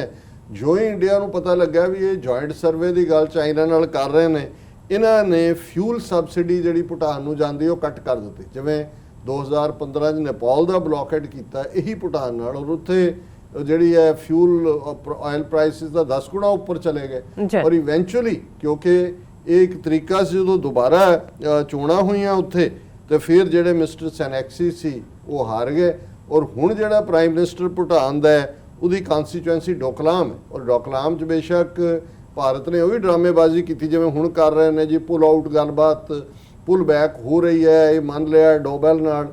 ਡੋਕਲਾਮ ਬਾਰੇ ਵੀ ਇੰਡੀਆ ਨੇ ਇਹੀ ਕਲੇਮ ਕੀਤਾ ਸਾਡੀ ਵਿਕਟਰੀ ਹੋ ਗਈ ਜੀ, ਸਾਡੀ ਜਿੱਤ ਹੋ ਗਈ, ਔਰ ਬਾਅਦ ਚ ਸਾਹਮਣੇ ਆਇਆ ਕਿ ਚੀਨ ਜਿੱਥੇ ਆਇਆ ਸੀ ਉਹਨੇ ਉਹ ਸਾਰਾ ਪਰਮਾਨੈਂਟ ਐਕਵਾਇਰ ਕਰ ਲਿਆ। ਉੱਥੇ ਉਹਨਾਂ ਨੇ ਆਪਣੀ ਪੱਕੇ ਕੰਟੋਨਮੈਂਟ, ਬੰਕਰਸ ਔਰ ਸਾਰੀ 에ਅਰ ਫੋਰਸ ਵੀ ਸਟੇਸ਼ਨ ਕਰ ਲਈ, ਸੋ ਉਹ ਵੀ ਲੂਜ਼ਰ ਸੀ। ਲਦਾਖ ਦੇ ਵਿੱਚ ਵੀ ਲੂਜ਼ਰ ਨੇ। ਔਰ ਹੁਣ ਜਿਹੜਾ ਦਾਅਵਾ ਚੀਨ ਨੇ, ਔਰ ਇਹਦੇ 'ਚ ਇੱਕ ਬੜੀ ਖੂਬਸੂਰਤ ਇਸ ਸਾਰੇ 'ਚ ਟਰਨ ਹੈ ਕਿ ਚੀਨ ਨੇ ਜਿਹੜੇ ਭੂਟਾਨ ਦੇ ਏਰੀਆ ਦੇ ਉੱਤੇ ਦਾਅਵਾ ਕੀਤਾ, ਜਿਹੜਾ ਅੱਜ ਤੱਕ ਪਹਿਲਾਂ ਚੀਨ ਨੇ ਪਬਲਿਕਲੀ ਕਦੇ ਨਹੀਂ ਸੀ ਕੀਤਾ, ਨਕਸ਼ੇ 'ਚ ਵੀ ਨਹੀਂ ਦਿਖਾਇਆ, ਉਹ 1/10 ਹੈ ਭੂਟਾਨ ਦਾ। ਜਿੰਨੀ ਭੂਟਾਨ ਦਾ ਏਰੀਆ ਉਹਦਾ 10ਵਾਂ ਹਿੱਸਾ ਉਹ ਹੈ। ਔਰ ਇਹਦੇ 'ਚ ਦੂਸਰੀ ਜਿਹੜੀ ਉਹਦੇ 'ਚ ਇੱਕ ਜ਼ਬਰਦਸਤ ਟਰਨ ਹੈ ਜਿਹੜੀ ਭਾਰਤ ਨੂੰ ਜਿਹਨੇ ਰੈਟਲ ਕਰ ਦਿੱਤਾ ਹੈ, ਕਿਉਂਕਿ ਉਸ ਏਰੀਆ ਦਾ ਸਿੱਧਾ ਚੀਨ ਨਾਲ ਬਾਰਡਰ ਨਹੀਂ ਲੱਗਦਾ, ਉਹਦਾ ਅਰੁਣਾਚਲ ਦੇ ਨਾਲ ਲੱਗਦਾ। ਸੋ ਮਤਲਬ ਇਹ ਹੈ ਵੀ ਚੀਨ ਨੇ ਇਹ ਦਾਅਵਾ ਕਰ ਦਿੱਤਾ ਹੈ ਵੀ ਅਸੀਂ ਅਰੁਣਾਚਲ ਵੀ ਲੈਣਾ, ਔਰ ਜ਼ਾਹਰ ਹੈ ਕਿ ਅਰੁਣਾਚਲ ਲੈਣ ਤੋਂ ਬਾਅਦ ਅਸੀਂ ਇਹਨੂੰ ਵੀ ਲੈਣਾ। ਔਰ ਇਹ ਝਗੜਾ ਇਸ ਲਈ ਖਲੋਤਾ, ਔਰ ਚੀਨ ਨੇ ਦਾਅਵਾ ਉੱਥੇ ਇੱਕ ਸੈਂਕਚੁਰੀ ਹੈ ਜਿਹਨੂੰ ਇੰਟਰਨੈਸ਼ਨਲੀ ਫੰਡਿੰਗ ਜਿਹੜੀ ਹੈ ਦਸੰਬਰ ਦੇ ਮਹੀਨੇ 'ਚ ਇੱਕ ਇੰਟਰਨੈਸ਼ਨਲ ਇੰਸਟੀਚਿਊਟ ਨੇ ਦਿੱਤੀ, ਜਿਸ ਦੀ ਹੈੱਡ ਜਿਹੜੀ ਆ ਉਹ ਇੱਕ ਹਿੰਦੂ ਲੇਡੀ ਹੈ ਇੰਡੀਅਨ। ਔਰ ਚਾਈਨਾ ਨੇ ਉਦੋਂ ਪ੍ਰੋਟੈਸਟ ਕੀਤਾ ਸੀ, ਉਦੋਂ ਚਾਈਨਾ ਨੇ ਇਹ ਨਹੀਂ ਸੀ ਕਿਹਾ ਸਾਡਾ, ਚਾਈਨਾ ਨੇ ਕਿਹਾ ਇਹ ਵਾਈਲਡ ਲਾਈਫ ਸੈਂਕਚੁਰੀ ਦੇ ਥੱਲੇ ਹੈ। ਚਾਈਨਾ ਨੇ ਇੰਨਾ ਕਰਕੇ ਛੱਡ ਦਿੱਤਾ ਸੀ ਦਸੰਬਰ ਦੇ ਮਹੀਨੇ 'ਚ ਕਿ ਵੀ ਨਹੀਂ ਇਹਨੂੰ ਨਹੀਂ ਹੈ, ਉਹ ਇੰਟਰਵੀਨ ਨਹੀਂ ਕਰਨਾ ਚਾਹੀਦਾ। ਪਰ ਹੁਣ ਜਦੋਂ ਸਿੱਧਾ ਭਾਰਤ ਨੇ ਇਸ ਕਿਸਮ ਦੀ ਦਿਲਵਦੀ ਕੀਤੀ ਹੈ ਤੇ ਚਾਈਨਾ ਨੇ ਕੱਲ੍ਹ ਇਹ ਕਲੇਮ ਕਰ ਦਿੱਤਾ ਹੈ ਕਿ ਭਾਈ ਇਹ ਜਿਹੜੀ ਲੈਂਡ ਹੈ ਇਹ ਚੀਨ ਦੀ ਹੈ। ਔਰ ਜ਼ਾਹਰ ਹੈ ਕਿ ਇਕੱਲਾ ਇਸ ਲੈਂਡ ਤੇ ਨਹੀਂ, ਇਹ ਤਾਂ ਉਹਨਾਂ ਨੇ ਜਿਹੜੀ ਹੈ ਉਹ ਵਿਆਜ ਜਾਂ ਸੂਦ ਵਜੋਂ ਮੈਂਸ਼ਨ ਕੀਤੀ ਹੈ। ਉਹਨਾਂ ਨੇ ਭਾਰਤ ਦੇ ਅਰੁਣਾਚਲ ਪ੍ਰਦੇਸ਼ ਦੇ ਉੱਤੇ ਆਪਣਾ ਦਾਅਵਾ ਠੋਕ ਦਿੱਤਾ ਪੂਰੀ ਤਰ੍ਹਾਂ ਕਿ ਭਾਈ ਇਹ ਹੁਣ ਸਾਡਾ ਹੀ ਹਿੱਸਾ ਹੈ। ਔਰ ਮੈਨੂੰ ਲੱਗਦਾ ਵੀ ਜਿਵੇਂ ਇਹਨਾਂ ਨੂੰ ਸੁੱਤਿਆਂ ਉੱਠ ਕੇ ਲੱਗਾ ਕਿ ਵੀ ਪੈਂਗੋਂਗ ਲੇਕ ਤੇ ਵੀ ਉਹ ਆ ਗਏ, ਗਲਵਾਨ ਵੈਲੀ ਵੀ ਉਹਨਾਂ ਨੇ ਲੈ ਲਈ, ਗਲਵਾਨ ਦਰਿਆ ਵੀ ਉਹਨਾਂ ਦੇ ਕਾਬੂ 'ਚ ਹੈ, ਇਵੇਂ ਹੀ ਇੱਕ ਦਿਨ ਜਦੋਂ ਇਹ ਉੱਠਣਗੇ ਸੁੱਤੇ ਤੇ ਇਹਨਾਂ ਨੂੰ ਪਤਾ ਲੱਗੇਗਾ ਕਿ ਅਰੁਣਾਚਲ ਪ੍ਰਦੇਸ਼ ਜਿਹੜਾ ਇਹਨਾਂ ਨੇ ਬਣਾਇਆ ਹੋਇਆ ਹੈ, ਜਿਹਨੂੰ ਲੈਂਡ ਆਫ ਦਾ ਰਾਈਜ਼ਿੰਗ ਸਨ ਕਹਿੰਦੇ ਨੇ, ਉਹ ਇਹਨਾਂ ਦੇ ਹੱਥਾਂ 'ਚੋਂ ਜਾ ਚੁੱਕਾ ਹੈ। ਸੋ ਜ਼ਾਹਰ ਹੈ ਕਿ ਚਾਈਨਾ ਨੇ ਜਿੱਥੇ ਡਿਪਲੋਮੇਸੀ ਗਰਾਊਂਡ ਦੇ ਉੱਤੇ ਮਿਲਟਰੀ ਆਪਣੀ ਸਟਰੈਂਥ, ਅਮਰੀਕਾ ਨੇ ਆਪਣੇ ਵੱਡੇ ਜਿਹੜੇ ਨੇ 에ਅਰਕ੍ਰਾਫਟ ਕੈਰੀਅਰ 2 ਉੱਥੇ ਭੇਜੇ ਨੇ ਸਾਊਥ ਚਾਈਨਾ ਸੀ 'ਚ, ਪਰ ਜ਼ਾਹਰ ਹੈ ਅਮਰੀਕਾ ਦੇ ਵੀ ਇਸ ਔਰ ਯੂਰਪ ਜਾਂ ਕਿਸੇ ਕੰਟਰੀ ਨੇ ਸਾਰੇ ਪੀਰੀਅਡ 'ਚ ਭਾਰਤ ਦੇ ਲਈ ਕੋਈ ਹਾਂ ਦਾ ਨਾਰਾ ਨਹੀਂ ਮਾਰਿਆ। ਉਹਨਾਂ ਨੇ ਵੀ ਦੇਖ ਲਿਆ, ਅਮਰੀਕਾ ਨੇ ਵੀ, ਕਿ ਵੀ ਅਸੀਂ ਤਾਂ ਸਮਝਦੇ ਸੀ ਵੀ ਅਸੀਂ ਸਾਊਥ ਚਾਈਨਾ ਸੀ ਦੇ ਵਿੱਚ ਚੀਨ ਨੂੰ ਘੇਰਾਂਗੇ ਔਰ ਇਹ ਹਿਮਾਲਿਆ ਦੀਆਂ ਉਹਨਾਂ ਉਚਾਈਆਂ ਦੇ ਉੱਤੇ ਭਾਰਤ ਜਿਹੜਾ ਉਹ ਇਕਨੋਮਿਕਲ ਕੋਰੀਡੋਰ ਚਾਈਨਾ ਪਾਕਿਸਤਾਨ ਉਹਨੂੰ ਬੰਦ ਕਰਾਏਗਾ। ਔਰ ਉਹ ਤਾਂ ਉਹਨਾਂ ਨੇ ਦੇਖ ਲਿਆ ਵੀ ਇਹ ਤਾਂ ਕਾਠੇ ਭਲਵਾਨ ਹੀ ਨੇ, ਇਹ ਅਸਲੀ ਫਲੈਸ਼ ਐਂਡ ਬੋਨਸ ਵਾਲੇ ਨਹੀਂ ਹੈ, ਇਹ ਲੱਕੜ ਦੇ ਹੀ ਨੇ।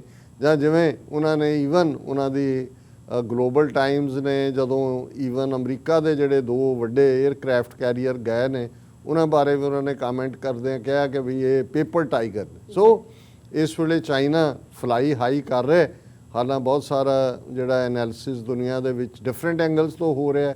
ਕੋਈ ਕਹਿ ਰਿਹਾ ਜੀ ਚਾਈਨਾ ਆਈਸੋਲੇਟ ਹੋ ਗਿਆ ਦੁਨੀਆ ਦੂਜਾ, ਪਰ ਕਿਸੇ ਨੇ ਇਹ ਨਹੀਂ ਕਿਹਾ ਹੈ ਕਿ ਭਾਰਤ ਬਹਾਦਰ, ਕਿ ਭਾਰਤ ਨੇ ਵਾਹ ਵਾਹ ਵਾਹ ਵਾਹ ਕਿਆ ਕਮਾਲ ਕਰਤੇ। ਉਹਨਾਂ ਨੂੰ ਇਹ ਲੱਗਦਾ ਹੈ ਕਿ ਵੀ ਇਹ ਤਾਂ ਬਿਲਕੁਲ ਹੀ ਮੋਮ ਦਾ ਨੱਕ ਵਾਂਗ, ਇਹ ਤਾਂ ਚੀਨ ਨੇ ਫੜ ਕੇ ਨੱਕ ਹੀ ਕਿਸੇ ਹੋਰ ਪਾਸੇ ਮਰੋੜ ਦਿੱਤਾ ਹੈ, ਇਹਨਾਂ ਦਾ ਨੱਕ ਵੀ ਅਸਲੀ ਨਹੀਂ ਹੈ। ਔਰ ਕਲੋਜ਼ਿੰਗ ਤੋਂ ਪਹਿਲਾਂ ਤੁਸੀਂ ਜਿਹੜਾ ਹਾਂ ਉਹ ਮੈਂ ਆਲਰੇਡੀ ਦੱਸਿਆ ਹੀ ਹੈ ਵੀ ਨਿਊਯਾਰਕ ਦੇ ਵਿੱਚ ਕੀ ਹੈ ਲੇਕਿਨ ਗਲੋਬਲੀ ਜਿਹੜੇ ਨੇ ਇਸ ਵੇਲੇ 11,6,67,755 ਟੋਟਲ ਕੇਸਿਸ ਨੇ ਔਰ ਟੋਟਲ ਡੈਥਸ 5,38,784 ਨੇ। ਅਮਰੀਕਾ ਦੇ ਵਿੱਚ 3,13,77,000 ਟੋਟਲ ਕੇਸ ਨੇ, 1,32,754 ਡੈਥਸ ਨੇ।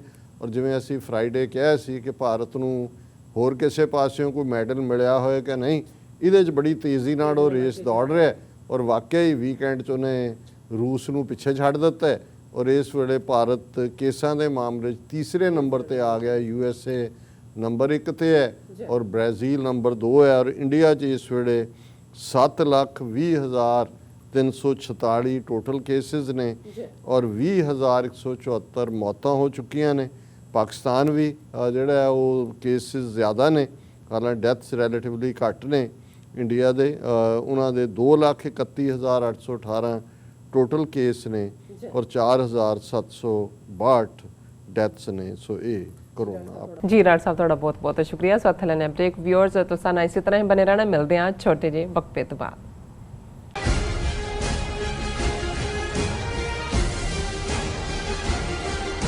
ਦਰਸ਼ਕੋ ਬ੍ਰੇਕ ਤੋਂ ਬਾਅਦ ਤੁਹਾਡਾ ਸਭ ਦਾ ਭਰਪੂਰ ਸਵਾਗਤ ਹੈ। ਵਿਊਅਰਸ ਅਸੀਂ ਪਹਿਲੇ ਸੈਗਮੈਂਟ ਦੇ ਵਿੱਚ ਗੱਲਬਾਤ ਕੀਤੀ ਹੈ ਕਿ ਕਿਸ ਤਰ੍ਹਾਂ ਭਾਰਤ ਹੈ ਜੋ ਚੀਨ ਦੇ ਵਿੱਚ ਇਹਨਾਂ ਦਾ ਜੋ ਟਕਰਾਅ ਚੱਲ ਰਿਹਾ ਹੈ, ਸੋ ਉਸ ਤੋਂ ਬਾਅਦ ਹੁਣ ਕਿਸ ਤਰ੍ਹਾਂ ਭਾਰਤ ਹੈ ਉਹ ਚੀਨ ਦੇ ਕਿਸ ਤਰ੍ਹਾਂ ਤਰਲੇ ਕੱਢ ਰਿਹਾ। ਸੋ ਦੂਸਰੇ ਸੈਗਮੈਂਟ ਦੇ ਵਿੱਚ ਆਪਾਂ ਗੱਲਬਾਤ ਕਰਨ ਜਾ ਰਹੇ ਹਾਂ ਕਿ ਕਿਸ ਤਰ੍ਹਾਂ ਜੋ ਭਾਰਤ ਨੇ ਚੀਨ ਦਾ ਮੁਕਾਬਲਾ ਕਰਨ ਲਈ ਆਪਣਾ ਜੋ ਘਿਸਿਆ ਪਿਟਿਆ ਜੋ ਕਾਰਡ ਹੈ ਉਹ ਕੱਢਿਆ ਹੈ, ਉਹ ਤਿੱਬਤ ਦਾ ਕੱਢਿਆ ਹੈ। ਸੋ ਬੀਜੇਪੀ ਦੇ ਕਾਂਗੜਾ ਜ਼ਿਲ੍ਹੇ ਦੇ MP ਵੱਲੋਂ ਦਲਾਈ ਲਾਮੇ ਨੂੰ ਭਾਰਤ ਰਤਨ ਅਵਾਰਡ ਦੇਣ ਦੀ ਜੋ ਮੰਗ ਹੈ ਉਹ ਕੀਤੀ ਗਈ ਹੈ ਤੇ ਨਾਲ ਹੀ ਤਿੱਬਤ ਦੀ ਚੀਨ ਤੋਂ ਆਜ਼ਾਦੀ ਦੀ ਵੀ ਮੰਗ ਕੀਤੀ ਗਈ ਹੈ। ਸੋ ਇਸ ਦੇ ਉੱਪਰ ਆਪਾਂ ਵਿਚਾਰ ਚਰਚਾ ਕਰਨ ਜਾ ਰਹੇ ਹਾਂ। ਡਾਕਟਰ ਸਾਹਿਬ ਕੋਲੋਂ ਉਹਨਾਂ ਦੇ ਵਿਚਾਰ ਸੁਣਨ ਜਾ ਰਹੇ ਹਾਂ। ਸੋ ਅਸੀਂ ਚਾਹਾਂਗੇ ਕਿ ਤੁਸੀਂ ਸਾਡੇ ਨਾਲ ਇਸੇ ਤਰ੍ਹਾਂ ਹੀ ਬਨੇ ਰਹਿਣਾ। ਦੇਖਣ ਸੁਣਨ ਲਈ ਤੁਹਾਡਾ ਸਭ ਦਾ ਬਹੁਤ ਬਹੁਤ ਸ਼ੁਕਰੀਆ। ਜੀ ਡਾਕਟਰ ਸਾਹਿਬ ਕੀ ਕਹਿਣਾ ਚਾਹੋਗੇ? ਦੇਖੋ, 2 ਗੱਲਾਂ ਮੇਰੇ ਦਿਮਾਗ 'ਚ ਆ ਰਹੀਆਂ ਸੀ ਜੀ। ਇੱਕ 1980ਵਿਆਂ ਦੇ ਵਿੱਚ ਜਦੋਂ ਖਾਨ ਅਬਦੁਲ ਗਫਾਰ ਖਾਨ ਜਿਹੜਾ ਪਖਤੂਨ ਆਜ਼ਾਦੀ ਦੇ ਲਈ ਜਿਹੜਾ ਹੈ ਉਹ ਬੜਾ ਵੱਡਾ ਦਾਅਵੇਦਾਰ ਸੀ ਔਰ ਜ਼ਾਹਰ ਹੈ ਕਿ ਪਾਕਿਸਤਾਨ ਦੇ ਵਿੱਚ ਉਸ ਨੂੰ ਪਸੰਦ ਨਹੀਂ ਸੀ ਕੀਤਾ ਜਾਂਦਾ, ਉਹਨੂੰ ਜੇਲ੍ਹ ਵੀ ਹੋਈ ਜੀ। ਔਰ ਉਸ ਪੀਰੀਅਡ 'ਚ ਭਾਰਤ ਨੇ, ਇੰਦਰਾ ਗਾਂਧੀ ਨੇ ਉਹਨੂੰ ਖਾਨ ਅਬਦੁਲ ਗਫਾਰ ਖਾਨ ਨੂੰ ਜਿਹੜਾ ਨਹਿਰੂ ਖਾਨਦਾਨ ਦੇ ਵੀ ਬਹੁਤ ਨੇੜੇ ਸੀ ਉਹਨੂੰ ਭਾਰਤ ਰਤਨ ਦਾ ਐਵਾਰਡ ਦਿੱਤਾ ਜੀ। ਔਰ ਇਹ ਉਹੀ ਪੀਰੀਅਡ ਸੀ ਕਿ ਜ਼ਿਆਉਲ ਹੱਕ ਇੱਕ ਸਟੇਜ ਦੇ ਉੱਤੇ ਕ੍ਰਿਕਟ ਮੈਚ ਦੇਖਣ ਦੇ ਲਈ ਭਾਰਤ ਆਏ ਔਰ ਉਹਨੂੰ ਜਿਹੜਾ ਜ਼ਿਆਉਲ ਹੱਕ ਨੂੰ ਇੱਕ ਜਰਨਲਿਸਟ ਨੇ ਪੁੱਛਿਆ ਕਿ ਜੀ खान अब्दुल गफ्फार खान को भारत ने तो भारत रत्न दिया, आप क्यों नहीं देते? वो कहना वो आपका ही रत्न है, आप ही उसको रखो, आपने बहुत अच्छा रत्न दिया उसको। सो ਜ਼ਾਹਰ ਹੈ ਕਿ ਮੈਂ ਸਮਝਦਾ ਵੀ ਜਦੋਂ ਹੁਣ ਇੱਕ ਪਾਸੇ ਚੀਨ ਇਫੈਕਟਿਵ ਤਰੀਕੇ ਦੇ ਨਾਲ ਜੋ ਉਹਨਾਂ ਨੇ ਚੀਨ ਨੇ ਲੱਦਾਖ ਦੇ ਵਿੱਚ ਇਹਨਾਂ ਨੂੰ ਸਬਕ ਸਿਖਾਇਆ ਔਰ ਜਿਵੇਂ ਅਸੀਂ ਪਹਿਲੇ ਸੈਗਮੈਂਟ 'ਚ ਗੱਲ ਕੀਤੀ ਹੈ ਕਿ ਉਹਨਾਂ ਨੇ ਨਾ ਸਿਰਫ ਭੂਟਾਨ ਕਾਰਡ ਕੱਢਿਆ ਹੈ, ਉਹਨਾਂ ਨੇ ਇੱਕ ਛੜੱਪੇ ਦੇ ਨਾਲ ਜਿਹੜਾ ਉਹ ਅਰੁਣਾਚਲ ਪ੍ਰਦੇਸ਼ ਵੀ ਲੈ ਲਿਆ। ਭੂਟਾਨ ਦੀ ਜ਼ਮੀਨ ਤਾਂ ਉਹਨਾਂ ਨੇ 1/10 ਦੇ ਉੱਤੇ ਆਪਣਾ ਕਲੇਮ ਕੀਤਾ ਹੀ ਕੀਤਾ ਕਿਉਂਕਿ ਉਹ ਜ਼ਮੀਨ ਲੱਗਦੀ ਅਰੁਣਾਚਲ ਨਾਲ ਹੈ, ਚੀਨ ਦੇ ਨਾਲ ਉਹ ਸਿੱਧੇ ਤੌਰ ਤੇ ਨਹੀਂ ਲੱਗਦੇ। ਸੋ ਜ਼ਾਹਰ ਹੈ ਕਿ ਵੀ ਹੁਣ ਬੀਜੇਪੀ ਦੇ ਜਿਹੜੇ ਸਾਰੇ ਨੇ ਉਹਨਾਂ ਨੂੰ ਕੀ ਸੁਝਿਆ, ਜ਼ਾਹਰ ਹੈ ਕਿ ਦਲਾਈ ਲਾਮਾ ਜਿਹੜਾ 1959 ਦੇ ਵਿੱਚ 14-15 ਸਾਲ ਦਾ ਸੀ ਜਦੋਂ ਕਿ ਅਮਰੀਕਾ ਦੀ CIA ਔਰ ਭਾਰਤ ਦੀ ਇੰਟੈਲੀਜੈਂਸ ਬਿਊਰੋ ਆਈਬੀ, ਉਦੋਂ ਰਾਹ ਨਹੀਂ ਸੀ, ਇਹਨਾਂ ਨੇ ਬਾਅਦ 'ਚ ਇੰਦਰਾ ਗਾਂਧੀ ਨੇ ਬਣਾਈ। ਉਹਨਾਂ ਦਾ ਜੁਆਇੰਟ ਆਪਰੇਸ਼ਨ ਸੀ ਕਿ ਕਿਵੇਂ ਉਹਨਾਂ ਨੇ ਉਹਨੂੰ ਉੱਥੋਂ ਸਮਗਲ ਕੀਤਾ ਹੈ ਕ੍ਰਾਸ ਦਾ ਬਾਰਡਰ, ਔਰ ਜਿਹੜੀਆਂ ਸੋਨੇ ਦੀਆਂ ਲੱਦੀਆਂ ਖੱਚਰਾਂ ਵੀ ਨਹਿਰੂ ਨੂੰ ਮਿਲੀਆਂ, ਇੱਕ ਡੀਲ ਦਾ ਹਿੱਸਾ ਸੀ। ਔਰ ਉਦੋਂ ਤੋਂ ਲੈ ਕੇ ਹੁਣ ਤੁਸੀਂ ਦੇਖ ਲਓ ਕਿ ਵੀ ਆਲਮੋਸਟ 60 ਸਾਲ ਹੋ ਗਏ ਨੇ। ਦਲਾਈ ਲਾਮੇ ਨੂੰ ਪਾਲਿਆ, ਅਮਰੀਕਾ ਨੇ ਵੀ ਪਾਲਿਆ, ਪੱਛਮੀ ਤਾਕਤਾਂ ਨੇ ਵੀ, ਪੈਸਾ ਵੀ ਦਿੰਦੇ ਨੇ। ਧਰਮਸ਼ਾਲਾ 'ਚ ਗਵਰਨਮੈਂਟ ਇਨ ਐਗਜ਼ਾਈਲ ਜਲਾਵਤਨ ਸਰਕਾਰ ਵੀ ਬਣਾਈ ਹੋਈ ਹੈ। ਦਲਾਈ ਲਾਮੇ ਨੂੰ ਨੋਬਲ ਪੀਸ ਪ੍ਰਾਈਜ਼ ਵੀ ਦਿਵਾਇਆ। ਲੇਕਿਨ ਕੁੱਲ ਮਿਲਾ ਕੇ ਹੌਲੀ ਹੌਲੀ ਹੌਲੀ ਅੱਜ ਤੋਂ ਕੁਝ ਸਾਲ ਪਹਿਲਾਂ ਤੱਕ ਪਹੁੰਚਦੇ ਆ, ਦਲਾਈ ਲਾਮਾ ਖੁਦ ਹੀ ਗੋਡੇ ਟੇਕ ਕੇ ਇਹ ਮੰਨਣ ਤੇ ਆ ਗਿਆ ਕਿ ਜੀ ਠੀਕ ਹੈ, ਤਿੱਬਤੀਅਨਸ ਦੀ ਅੱਡ ਜਿਹੜੀ ਹੈ ਕਲਚਰਲ ਹੋਂਦ ਰਹਿਣੀ ਚਾਹੀਦੀ ਹੈ, ਉਹਨੂੰ ਅਸੀਂ ਕੋਈ ਇੰਡੀਪੈਂਡੈਂਸ ਨਹੀਂ ਮੰਗਦੇ। ਸੋ ਇਹ ਲੌਂਗ ਬਿਫੋਰ ਇੰਡੀਆ ਨੂੰ ਵੀ ਅਮਰੀਕਾ ਨੂੰ ਵੀ ਇਹ ਰਿਅਲਾਈਜ਼ ਹੋ ਚੁੱਕਾ ਸੀ ਕਿ ਵੀ ਦਲਾਈ ਲਾਮੇ ਦੀ ਜਿਹੜੀ ਨੋਇਸੈਂਸ ਵੈਲਿਊ ਅਸੀਂ ਰੱਖੀ ਹੋਈ ਸੀ ਚੀਨ ਨੂੰ ਜਿਹੜਾ ਐਮਬੈਰਸ ਕਰਨ ਦੇ ਲਈ, ਈਵਨ ਉਹ ਵੀ ਖਤਮ ਹੋ ਗਈ ਹੈ। ਇਹੀ ਕਾਰਨ ਹੈ ਕਿ ਟਰੰਪ ਐਡਮਿਨਿਸਟ੍ਰੇਸ਼ਨ ਨੇ, ਭਾਵੇਂ ਉਹਨਾਂ ਦੇ ਬਹੁਤ ਸਾਰੇ ਹੋਰ ਫੈਸਲਿਆਂ ਨੂੰ ਅਸੀਂ ਕ੍ਰਿਟਿਸਾਈਜ਼ ਕਰਦੇ ਹਾਂ, ਇਸ ਮੁੱਦੇ ਦੇ ਉੱਤੇ ਟਰੰਪ ਨੇ ਕੋਈ ਇਹਨੂੰ ਦਲਾਈ ਲਾਮਾ ਫੈਕਟਰ ਨੂੰ ਘਾਹ ਨਹੀਂ ਪਾਇਆ। ਰਾਦਰ ਇਹਨਾਂ ਦੀ ਜਿਹੜੀ ਆ ਉਹ ਈਡ ਵੀ ਘਟਾ ਘਟੂ ਦਿੱਤੀ, ਜਿਹਦੇ ਤੇ ਚੀਕਾਂ ਚੁੱਕਾਂ ਉਹਨਾਂ ਨੇ ਮਾਰੀਆਂ। ਉਹਨਾਂ ਨੇ ਵੀ ਦੇਖ ਲਿਆ ਕਿ ਭਾਈ ਆਲਰੇਡੀ ਜਿਹੜਾ ਇਹ ਤਿੱਬਤ ਕਾਰਡ ਦੀ ਜਿਹੜੀ ਹੈ ਉਹ ਉਮਰ ਭੁਗ ਚੁੱਕੀ ਹੈ। ਹੁਣ ਇਧਰ ਜਦੋਂ ਕਿ ਭਾਰਤ ਦੇ ਕੋਲ ਜਿਵੇਂ ਉਹਨਾਂ ਦੇ ਆਪਣੇ ਐਕਸਪਰਟ ਕਹਿੰਦੇ ਨੇ, ਉਹਨਾਂ ਨੇ ਕਿਹਾ ਜੀ ਕਿ ਵੀ ਵਟ ਆਪਸ਼ਨਸ ਇੰਡੀਆ ਹੈਜ਼, ਫਿਰ ਉਹ 3-4 ਆਪਸ਼ਨਸ ਦੇਣਗੇ ਕਿ ਜੀ ਡਾਇਰੈਕਟ ਅਟੈਕ ਕਰਕੇ ਚੀਨ ਤੋਂ ਖੋਲੋ ਜਿਹੜੀ ਗਲਵਾਨ ਵੈਲੀ ਔਰ ਪੈਂਗੋਂਗ ਲੇਕ। ਉਹਨਾਂ ਨੇ ਕਿਹਾ ਜੀ not even in dream we can think of. ਫਿਰ ਇਹ ਹੈ ਜੀ ਕਿ ਤੁਸੀਂ ਕੋਈ ਹੋਰ ਥਾਂ ਤੇ ਜਿਹੜੀ 3500 ਕਿਲੋਮੀਟਰ ਬਾਰਡਰ ਲੱਗਦਾ ਹੈ ਉਹ ਜ਼ਮੀਨ ਲੈ ਲਓ, ਔਰ ਫਿਰ ਜਦੋਂ ਨੈਗੋਸ਼ੀਏਸ਼ਨ ਹੋਏਗੀ ਉਦੋਂ ਤੁਸੀਂ ਕਰ ਲਓ। ਉਹਨਾਂ ਨੇ ਕਿਹਾ ਜੀ ਨਾ, ਚੀਨੇ ਸੁੱਤੇ ਨਹੀਂ ਹੋਏ, ਉਹਨਾਂ ਦੀਆਂ ਅੱਖਾਂ ਨਿੱਕੀਆਂ ਨਿੱਕੀਆਂ ਤੁਹਾਨੂੰ ਲੱਗਦਾ ਬੰਦ ਨੇ, ਉਹ ਸੁੱਤੇ ਹੋਏ ਵੀ ਜਾਗਦੇ ਹੁੰਦੇ ਨੇ, ਬਿਲਕੁਲ ਉਹ ਵੀ ਪੋਸੀਬਲ। ਤੀਸਰਾ ਇਹ ਹੈ ਜੀ, ਇਹਨੂੰ ਫਿਰ ਰੱਬ ਦਾ ਭਾਣਾ ਮੰਨ ਲਓ ਕਿ ਜੋ ਹੋਇਆ ਠੀਕ ਹੈ, ਆਪਣਿਆਂ ਨੂੰ ਕਹੀ ਜਾਓ ਕਿ ਹਮ ਜਿਹੜਾ ਇਬ ਕੀ ਬਾਰ ਮਾਰ ਤੋਂ ਦੇਖੂੰ, ਇਬ ਕੀ ਬਾਰ ਚੁੱਪ ਕਰਕੇ ਬਹਿ ਜਾਓ। ਔਰ ਚੌਥੀ ਕਹਿੰਦੇ ਵੀ ਵੀ ਹੈਵ ਨੋ ਆਪਸ਼ਨ। ਮੈਨੂੰ ਇਹ ਲੱਗਦਾ ਵੀ ਹੈ ਤਾਂ ਇਹ ਚੌਥੀ ਤੋਂ ਹੀ ਹੈ, ਪਰ ਕਿਉਂਕਿ ਜੇ ਕਿਸੇ ਚੀਜ਼ ਦਾ ਜਵਾਬ ਤੁਸੀਂ ਇੱਕ ਲਾਈਨ 'ਚ ਹੀ ਦੇ ਦਿਓ ਤੇ ਬਹੁਤੇ ਨੂੰ ਲੱਗਦਾ ਹੈ ਕਿ ਵੀ ਹੁਣ ਜਿਵੇਂ ਸਾਡੇ ਆਪਣੇ ਖਾਸ ਤੌਰ ਤੇ ਸਾਡੇ ਪੰਜਾਬੀ ਕਲਚਰ ਦਾ ਵੀ ਇਹ ਹਿੱਸਾ ਹੈ ਕਿ ਵੀ ਤੁਸੀਂ ਮੀਟਿੰਗ ਰੱਖੋ 2-3 ਘੰਟੇ, ਉਹਨੂੰ ਸਾਡੇ ਪੰਜਾਬ ਜੀ ਇੱਧਰ ਕਹਿੰਦੇ ਨੇ ਭਕਾਈ ਮਾਰਨਾ। ਕੋਈ ਇੱਧਰਲੀ ਗੱਲ ਚੁੱਕਦਾ ਹੈ, ਕੋਈ ਉੱਧਰਲੀ ਚੁੱਕਦਾ ਹੈ, ਕੋਈ ਉੱਧਰਲਾ ਚੁੱਕਦਾ ਹੈ, ਉਹਦਾ ਕੋਈ ਮਤਲਬ ਨਹੀਂ ਹੁੰਦਾ। ਜਿਹੜਾ ਟੌਪਿਕ ਆਫ ਉਹਦੇ ਨਾਲ ਕੋਈ ਨਹੀਂ ਹੁੰਦਾ। ਐ ਜਦੋਂ ਨੇੜੇ ਤੇੜੇ ਆਉਂਦਾ ਫਿਰ ਜਿਹੜਾ ਇੱਕ ਅੱਧਾ ਸਿਆਣਾ ਬੰਦਾ ਹੁੰਦਾ ਹੈ ਉਹ ਦੋ ਕੁ ਗੱਲਾਂ ਕਹਿ ਕੇ ਉਹਨੂੰ ਮੁਕਾ ਦਿੰਦਾ। ਸਾਰੇ ਕਹਿੰਦੇ ਠੀਕ ਹੈ। ਉਹਨੂੰ ਫਿਰ ਕਿਸੇ ਨੇ ਪੁੱਛਿਆ, ਕਹਿੰਦਾ ਜੀ ਇਹ ਜਿਹੜੀਆਂ ਤੁਸੀਂ ਗੱਲਾਂ ਬਾਅਦ 'ਚ ਕੀਤੀਆਂ 3 ਘੰਟੇ ਜੋ ਸਿਰ ਖਪਾਈ, ਇੱਕ ਦੂਜੇ ਦੇ ਸਿਰ 'ਚ ਇਹਨਾਂ ਨੇ ਸੁਆਹ ਪਾਈ, ਇਹ ਤੁਸੀਂ ਪਹਿਲਾਂ ਕਿਉਂ ਨਹੀਂ ਦੱਸਿਆ? ਨਹੀਂ, ਕਹਿੰਦਾ ਕਾਕਾ ਜੇ ਪਹਿਲਾਂ ਦੱਸਦੇ ਤਾਂ ਇਹਨਾਂ ਨੂੰ ਸਮਝ ਨਹੀਂ ਸੀ, ਇਹ ਸੁਆਹ ਇਹਨਾਂ ਨੇ ਪਾਉਣੀ ਸੀ ਵੀ ਜਦੋਂ ਤੱਕ ਇਹਨਾਂ ਦੇ ਅੰਦਰ ਜੋ ਬਰਲੂ ਬਲਦਾ ਹੁੰਦਾ ਹੈ ਬਾਹਰ ਨਾ ਜਾਏ, ਜਿਹਨੂੰ ਅੰਗਰੇਜ਼ੀ ਇਹ ਤਾਂ ਸਟੀਮ ਆਫ ਕਹਿੰਦੇ ਨੇ, ਇਹਨਾਂ ਦੀ ਸਟੀਮ ਤਾਂ ਅੱਧੇ ਕੁ ਮਿੰਟ 'ਚ ਆ ਜਾਂਦਾ, ਸਾਡੀ ਨਹੀਂ ਹੁੰਦੀ। ਸਾਡਾ ਤਾਂ ਕੱਲਾ ਜਿਹੜਾ ਕਹਿੰਦਾ ਉਹ ਤਾਂ ਜਿਹੜਾ ਕੰਡਕਟ ਹੀ ਨਹੀਂ ਕਿਸੇ ਨੂੰ ਕਰਨ ਦਿੰਦੇ ਮੀਟਿੰਗ। ਉਹ ਕਹਿੰਦਾ ਜੀ ਇਹ ਸਾਡਾ ਇਹ ਹਿਸਾਬ ਹੀ ਇਹ ਹੈ, ਇਹ ਜਦੋਂ ਤੱਕ ਇਹ ਗੁੱਬ ਗੁਬਾੜ ਕੱਢ ਨਾ ਲੈਂਦੇ ਸਾਰਾ, ਇਹ ਗੱਲ ਇਹਨਾਂ ਨੇ ਨਹੀਂ ਸੀ ਸੁਣਨੀ। ਸੋ ਹੁਣ ਜ਼ਾਹਰ ਹੈ ਕਿ ਵੀ ਇਹ ਜਿਹੜੇ ਹੁਣ ਉੱਥੇ ਐਕਸਪਰਟ ਬੈਠੇ ਵੀ ਸਮਝਾ ਰਹੇ ਨੇ, ਇਹਨਾਂ ਨੂੰ ਵੀ ਪਤਾ ਹੈ ਕਿ ਇਨ ਦਾ ਐਂਡ ਆਫ ਦਾ ਡੇ ਉਸੇ ਹੀ ਤਨਖਾਹ ਤੇ ਕੰਮ ਕਰਨ ਵਾਲੀ ਗੱਲ ਹੈ। ਲੇਕਿਨ ਬੀਜੇਪੀ ਨੇ ਹੁਣ ਆਪਣੀ ਇਨਰ ਕਰਾਊਡ ਨੂੰ ਵੀ ਜਿਹੜਾ ਸੈਟੀਸਫਾਈ ਕਰਨਾ ਹੈ, ਔਰ ਉਹ ਮੌਕਾ ਵੀ ਆਇਆ ਕਿ ਦਲਾਈ ਲਾਮੇ ਦਾ 85ਵਾਂ ਜਨਮ ਦਿਨ ਸੀ। ਨਾਲੇ ਹਾਲਾਂ ਇਸ ਗੱਲ ਦਾ ਵੀ ਧਿਆਨ ਰਹੇ, ਇਹਨੂੰ ਬੁੱਧਿਸਟ ਕਹਿੰਦੇ ਨੇ, ਇਹ ਵੀ ਜਿਵੇਂ ਜਾਲੀ ਕਿਸਮ ਦੇ ਮੇਨ ਸਟ੍ਰੀਮ ਧਰਮਾਂ ਚੋਂ ਨਿਕਲੇ ਹੋਏ ਲੋਕ ਨੇ। ਇਹ ਦਲਾਈ ਲਾਮੇ ਵਾਲਾ ਕਾਨਸੈਪਟ ਰੀਇਨਕਾਰਨੇਸ਼ਨ, ਦੁਬਾਰਾ ਜੰਮਦਾ ਹੈ, ਜੰਮਣ ਤੋਂ ਪਹਿਲਾਂ ਦੱਸ ਦਿੰਦਾ ਹੈ, ਫਿਰ ਉਹ ਨਿਆਣਾ ਜਿਹੜਾ ਉਹ ਚੁੱਕ ਲੈਂਦੇ ਨੇ ਜਿੱਥੇ ਜੰਮਿਆ ਹੁੰਦਾ, ਉਹਨੂੰ ਦਲਾਈ ਲਾਮਾ ਬਣਾਉਂਦੇ ਨੇ। ਇਹ ਵੀ ਸਾਰਾ ਇੱਕ ਆਪਣੇ ਕਿਸਮ ਦਾ ਫਰਾਡ ਹੈ। ਕਿਸੇ ਵੇਲੇ ਅਸੀਂ ਇਸ ਤੇ ਡਿਸਕਸ ਵੀ ਕਰਾਂਗੇ ਕਿ ਭਾਈ ਜਿਹੜਾ ਟਰੂ ਬੁੱਧਿਜ਼ਮ ਹੈ ਕਿਵੇਂ ਉਹਨੂੰ ਬ੍ਰਾਹਮਣ ਨੇ ਕਰਪਟ ਕੀਤਾ। ਪਹਿਲਾਂ ਤਾਂ ਉਹਨਾਂ ਦੀ, ਕਿਉਂਕਿ ਬੁੱਧ ਨੇ ਜਿਹੜੇ ਆਪਣਾ ਮੈਸੇਜ ਦਿੱਤਾ ਹੈ ਉਹ ਪਾਲੀ ਡਾਇਲੈਕਟ ਦੇ ਵਿੱਚ ਸੀ, ਜਿਹੜਾ ਉਹ ਸਪੋਕਨ ਡਾਇਲੈਕਟ ਸੀ ਉਸ ਖਿੱਤੇ ਦਾ, ਜਿਹੜੀ ਅੱਜ ਵੀ ਥਾਈਲੈਂਡ ਦੇ ਵਿੱਚ ਉਹ ਐਜ਼ ਏ ਉਹਨਾਂ ਦੀ ਨੈਸ਼ਨਲ ਲੈਂਗੁਏਜ ਹੈ। ਇਹਨਾਂ ਨੇ ਬ੍ਰਾਹਮਣਾਂ ਨੇ ਉਹਦਾ ਬੇੜਾ ਗਰਕ ਕੀਤਾ ਬੁੱਧ ਧਰਮ ਦਾ, ਉਹਨੂੰ ਕਨਵਰਟ ਕਰਕੇ ਸੰਸਕ੍ਰਿਤ 'ਚ ਮਹਾਯਾਨਾ, ਫਿਰ ਲਘੂਯਾਨਾ, ਹੀਨਾਯਾਨਾ, ਤੇ ਜਾਪਾਨੀਆਂ ਦਾ ਇੱਕ ਆਪਣਾ ਫਾਰਮ ਉਹਨੂੰ ਸ਼ਿੰਟੋਇਜ਼ਮ ਕਹਿੰਦੇ ਨੇ। ਉਹ ਫਿਰ ਵੀ ਮੇਨ ਸਟ੍ਰੀਮ ਬੁੱਧਿਜ਼ਮ ਦੇ ਨੇੜੇ ਹੈ। ਔਰ ਇਸ ਸਾਰੇ ਪੀਰੀਅਡ 'ਚ ਇਹ ਜਾਲੀ ਬਾਬਿਆਂ ਦੀ ਤਰ੍ਹਾਂ ਤਿੱਬਤ ਦੇ ਵਿੱਚ ਦਲਾਈ ਲਾਮੇ ਖੜੇ ਹੋ ਗਏ, ਉਹ ਘੁਮਾਈ ਜਾਂਦੇ ਨੇ ਔਰ ਆਪਣੀ ਰੀਇਨਕਾਰਨੇਸ਼ਨ ਅੱਧੇ ਹਿੰਦੂਆਂ ਦੇ ਕਨਸੈਪਟ ਅੱਧੇ ਪਰ ਲੈ ਦੇ ਕੇ ਦਲਾਈ ਲਾਮਾ ਜਿਹੜਾ ਹੈ ਉਹ ਸਪਿਰਿਚੁਅਲ ਔਰ ਪੋਲੀਟੀਕਲ ਦੋਨਾਂ ਦਾ ਹੀ ਹੈੱਡ ਬਣ ਕੇ ਲੰਬਾ ਵਕਤ ਉੱਥੇ ਆਪਣਾ ਸੌਦਾ ਵੇਚਦੇ ਰਹੇ। ਹੁਣ ਦਲਾਈ ਲਾਮੇ ਦਾ ਪਿਛਲੇ 10 ਸਾਲ ਤੋਂ ਹਾਲਾਂ ਉੱਤੇ ਉਹਨੇ ਧਰਮਸ਼ਾਲਾ 'ਚ ਆਪਣੀ ਤਿੱਬਤਨ ਮੈਡੀਸਨ ਸੈਂਟਰ ਸ਼ੁਰੂ ਕੀਤਾ, ਆਪ ਆਪਣਾ ਇਲਾਜ ਕਰਾਉਣ PGI ਆਉਂਦਾ ਚੰਡੀਗੜ੍ਹ। ਸਭ ਤੋਂ ਵੱਡਾ ਫਰੋਡੀਆ ਹੈ, ਕਿਉਂਕਿ ਜਦੋਂ ਤੁਸੀਂ ਕੰਮ ਹੀ ਕਿਸੇ ਲਈ ਕਰ ਰਹੇ ਹੁੰਦੇ ਹੋ ਤੁਹਾਡੇ 'ਚ ਕੋਈ ਓਰੀਜਨੈਲਿਟੀ ਨਾਂ ਦੀ ਚੀਜ਼ ਤਾਂ ਹੁੰਦੀ ਨਹੀਂ। ਬਿਲਕੁਲ। ਔਰ ਉਸ ਸਾਰੇ ਨੂੰ ਫਿਰ ਇਹਨੂੰ ਲੱਗਾ ਕਿ ਵੀ ਇਹ ਮੇਰਾ ਸੌਦਾ ਜਿਹਾ ਵਿਕਦਾ ਨਹੀਂ। ਕੁਝ ਸਾਲ ਪਹਿਲਾਂ ਗਵਰਨਮੈਂਟ ਇਨ ਐਗਜ਼ਾਈਲ ਬਣਾ ਦਿੱਤੀ ਕਿ ਜੀ ਇਹ ਜ਼ਿਲ੍ਹਾ ਵਤਨ ਸਰਕਾਰ ਹੈ ਔਰ ਇਹ ਗੱਲਬਾਤ ਕਰੇਗੀ ਉਹ। ਲੇਕਿਨ ਇਹਨੇ ਕਈ ਸਾਲ ਪਹਿਲਾਂ ਤਿੱਬਤ ਦੀ ਮੁਕੰਮਲ ਆਜ਼ਾਦੀ ਦੀ ਗੱਲ ਛੱਡ ਦਿੱਤੀ ਸੀ, ਲੇਕਿਨ ਆਪਣੇ ਆਪ ਨੂੰ ਜਿਹਨੂੰ ਝੂਠੀ ਸੋਭਾ ਮਿਲੇ ਥਾਂ ਥਾਂ ਤੇ ਦਲਾਈ ਲਾਮੇ ਅਮਰੀਕਾ ਔਰ ਬਾਹਰਲੀਆਂ ਤਾਕਤਾਂ ਚੁੱਕਦੀਆਂ ਨੇ। ਹੁਣ ਮੈਂ ਦੇਖ ਰਿਹਾ ਸੀ ਵੀ ਇਹ ਇਸ ਕਿਸਮ ਦੇ ਗਰੀਡੀ ਬੰਦੇ ਉਹਦੇ 'ਚ ਅੱਗੋਂ ਜੀਣ ਦੀ ਵੀ ਕਿੰਨੀ ਚਾਹਨਾ ਹੈ। ਇੱਕ ਸਟੋਰੀ ਤਾਂ ਇਹ ਹੈ ਕਿ on 85th birthday Dalai Lama asks followers to recite special mantra that will help him live for over 100 years। ਲੰਬੀ ਕਹਾਣੀ ਹੈ, ਮੈਂ ਵਕਤ ਨਹੀਂ ਜ਼ਾਇਆ ਕਰਨਾ ਚਾਹੁੰਦਾ।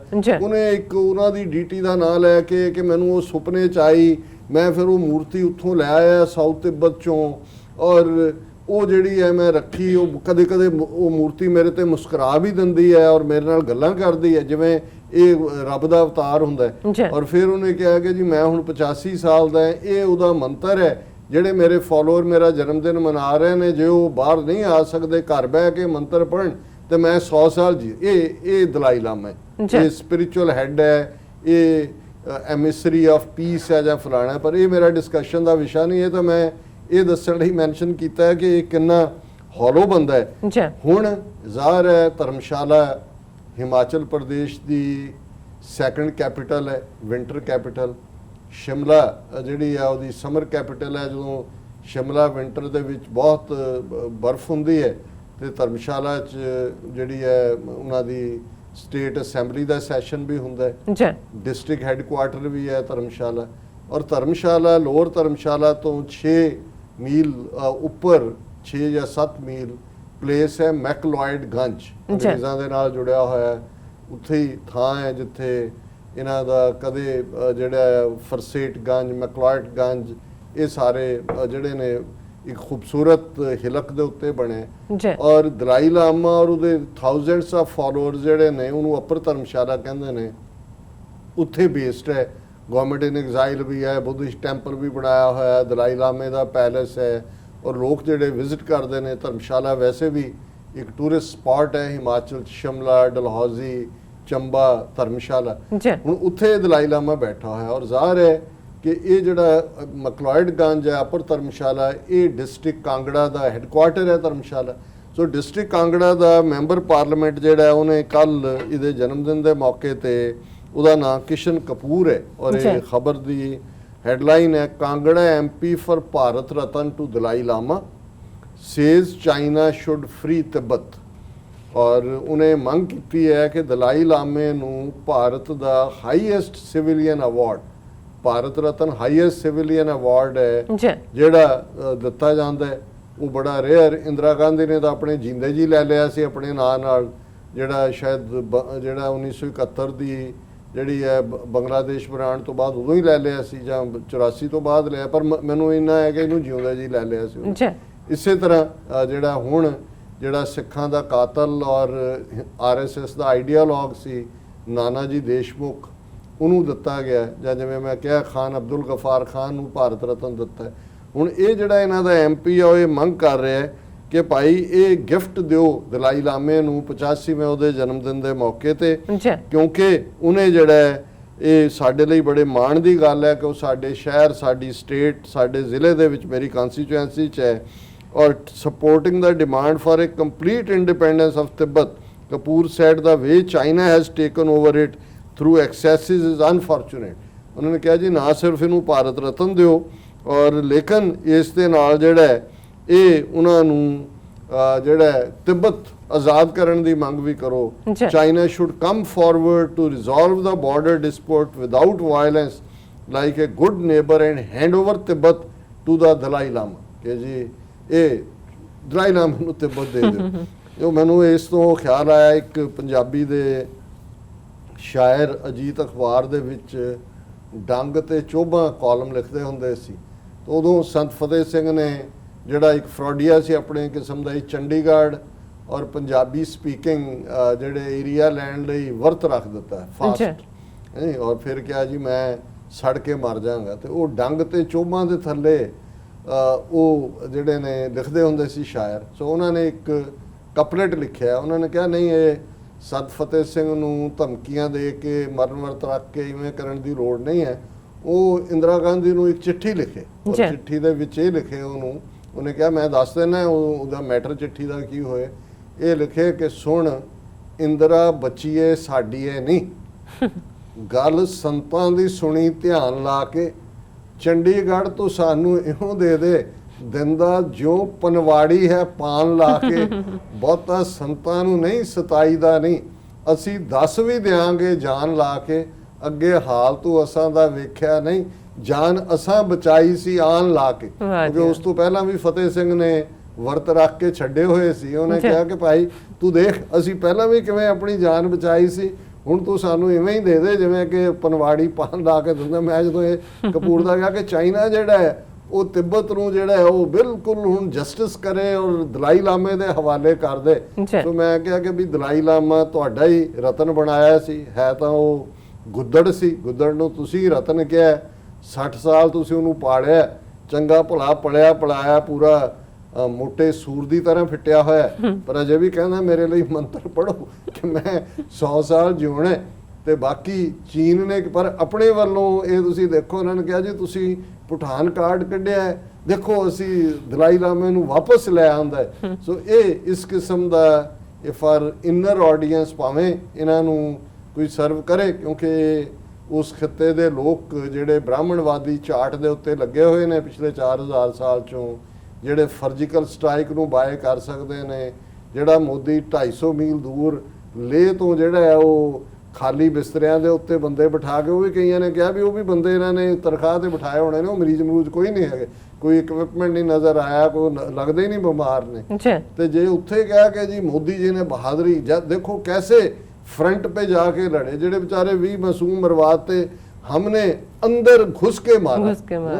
ਹੁਣ ਉਹ ਵੀ ਜੇ ਤੁਸੀਂ ਤੁਹਾਡਾ ਝੂਠ ਵਿਕ ਰਿਹਾ ਤੇ ਮੇਰਾ ਖਿਆਲ ਹੈ ਇਹ ਵੀ ਝੂਠ ਵਿਕੇਗਾ ਜੀ, ਦਿਓ ਜੀ ਭਾਰਤ रत्न, ये भी देंगे। फिर कहेंगे देखो हमने चीन को कैसे पहले ऐप बैन करके मारा, अब दलाई लामे को भारत रत्न दे के मारा। जे हुण इस सारे च इन्नी कि इन्हां दी औकात है ਤੇ ਫਿਰ ਕੋਈ ਵੀ ਕੁਝ ਨਹੀਂ ਕਰ ਸਕਦਾ। ਫਿਰ ਤਾਂ ਇਹੀ ਕੋਈ ਕਹੇਗਾ ਕਿ ਭਾਈ ਤੁਸੀਂ ਜਿੱਥੇ ਹੋ ਵਸਦੇ ਰਹੋ। ਇਹ ਵੀ ਬਾਬਾ ਨਾਨਕ ਦਾ ਉਹ ਫਰਮਾਨ ਕਿ ਜਿੱਥੇ ਭਲੇ ਲੋਕ ਸੀ ਜਿਨ੍ਹਾਂ ਨੇ ਸੇਵਾ ਕੀਤੀ, ਰੱਬ ਦੇ ਨਾਲ ਜੁੜੇ ਹੋਏ ਸੀ, ਉਹਨਾਂ ਨੂੰ ਗੁਰੂ ਨਾਨਕ ਸਾਹਿਬ ਨੇ ਕਿਹਾ ਵੀ ਉਜੜ ਜਾਓ। ਔਰ ਫਿਰ ਇੱਕ ਇਲਾਕੇ ਚੋਂ ਲੰਘੇ ਜਿੱਥੇ ਬਿਲਕੁਲ ਜਾਲ ਕਿਸਮ ਦੇ ਲੋਕ ਔਰ ਬਿਲਕੁਲ ਜਿਹੜਾ ਉਹਨਾਂ ਨੂੰ ਕੋਈ ਤਹਿਜ਼ੀਬ ਕੁਛ ਨਹੀਂ, ਤੇ ਗੁਰੂ ਸਾਹਿਬ ਨੇ ਕਿਹਾ ਵਸਦੇ ਰਹੋ। ਤੇ ਭਾਈ ਮਰਦਾਨਾ ਕਹਿੰਦੇ ਨੇ ਮਹਾਰਾਜ ਇਹ ਕੀ ਭਲਿਆਂ ਨੂੰ ਕਹਿੰਦੇ ਨਹੀਂ, ਇਹ ਜਿਹੜੇ ਭਲੇ ਨੇ ਇਹ ਜੇ ਉਜੜਨਗੇ ਜਿੱਥੇ ਵੀ ਜਾਣਗੇ ਭਲਾਈ ਨਾਲ ਜਾਣਗੇ ਤੇ ਹਰ ਪਾਸੇ ਇਹ ਉਸ ਭਲਾਈ ਦੀ ਖੁਸ਼ਬੂ ਵੰਡਣਗੇ, ਨੇਕੀ ਦਾ ਕੰਮ ਕਰਨਗੇ। ਤੇ ਇਹ ਜਿਹੜੇ ਨੇ ਜਾਲ ਕਿਸਮ ਦੇ ਬੇਵਕੂਫ ਇਹ ਇੱਥੇ ਹੀ ਵਸਦੇ ਰਹਿਣ ਤਾਂ ਠੀਕ ਹੈ, ਨਹੀਂ ਤਾਂ ਇਹ ਵੀ ਜਾ ਕੇ ਖਰਾਬ ਲੈ ਕੇ ਜਾਣਗੇ। ਸੋ ਭਾਰਤ ਵਾਸੀਆਂ ਨੂੰ ਤਾਂ ਹੁਣ ਅਸੀਂ ਇਹੀ ਕਹਿ ਸਕਦੇ ਹਾਂ ਜਿਨ੍ਹਾਂ ਦਾ ਮੋਦੀ ਹੀਰੋ ਹੈ ਕਿ ਭਾਈ ਵਸਦੇ ਰਹੋ, ਹੋਰ ਤਾਂ ਹੁਣ ਕੁਝ ਹੈ ਨਹੀਂ ਸਾਡੇ ਕੋਲ ਅਸੀਸ ਦੇਣ ਨੂੰ। ਜੀ ਰਾਜ ਸਾਹਿਬ ਤੁਹਾਡਾ ਬਹੁਤ ਬਹੁਤ ਸ਼ੁਕਰੀਆ। ਸਾਥ ਲੈਣੇ ਬ੍ਰੇਕ ਵਿਊਅਰਸ ਤੁਸੀਂ ਇਸੇ ਤਰ੍ਹਾਂ ਹੀ ਬਨੇ ਰਹਿਣਾ, ਮਿਲਦੇ ਹਾਂ ਛੋਟੇ ਜਿਹੇ ਵਕਫੇ ਤੋਂ ਬਾਅਦ।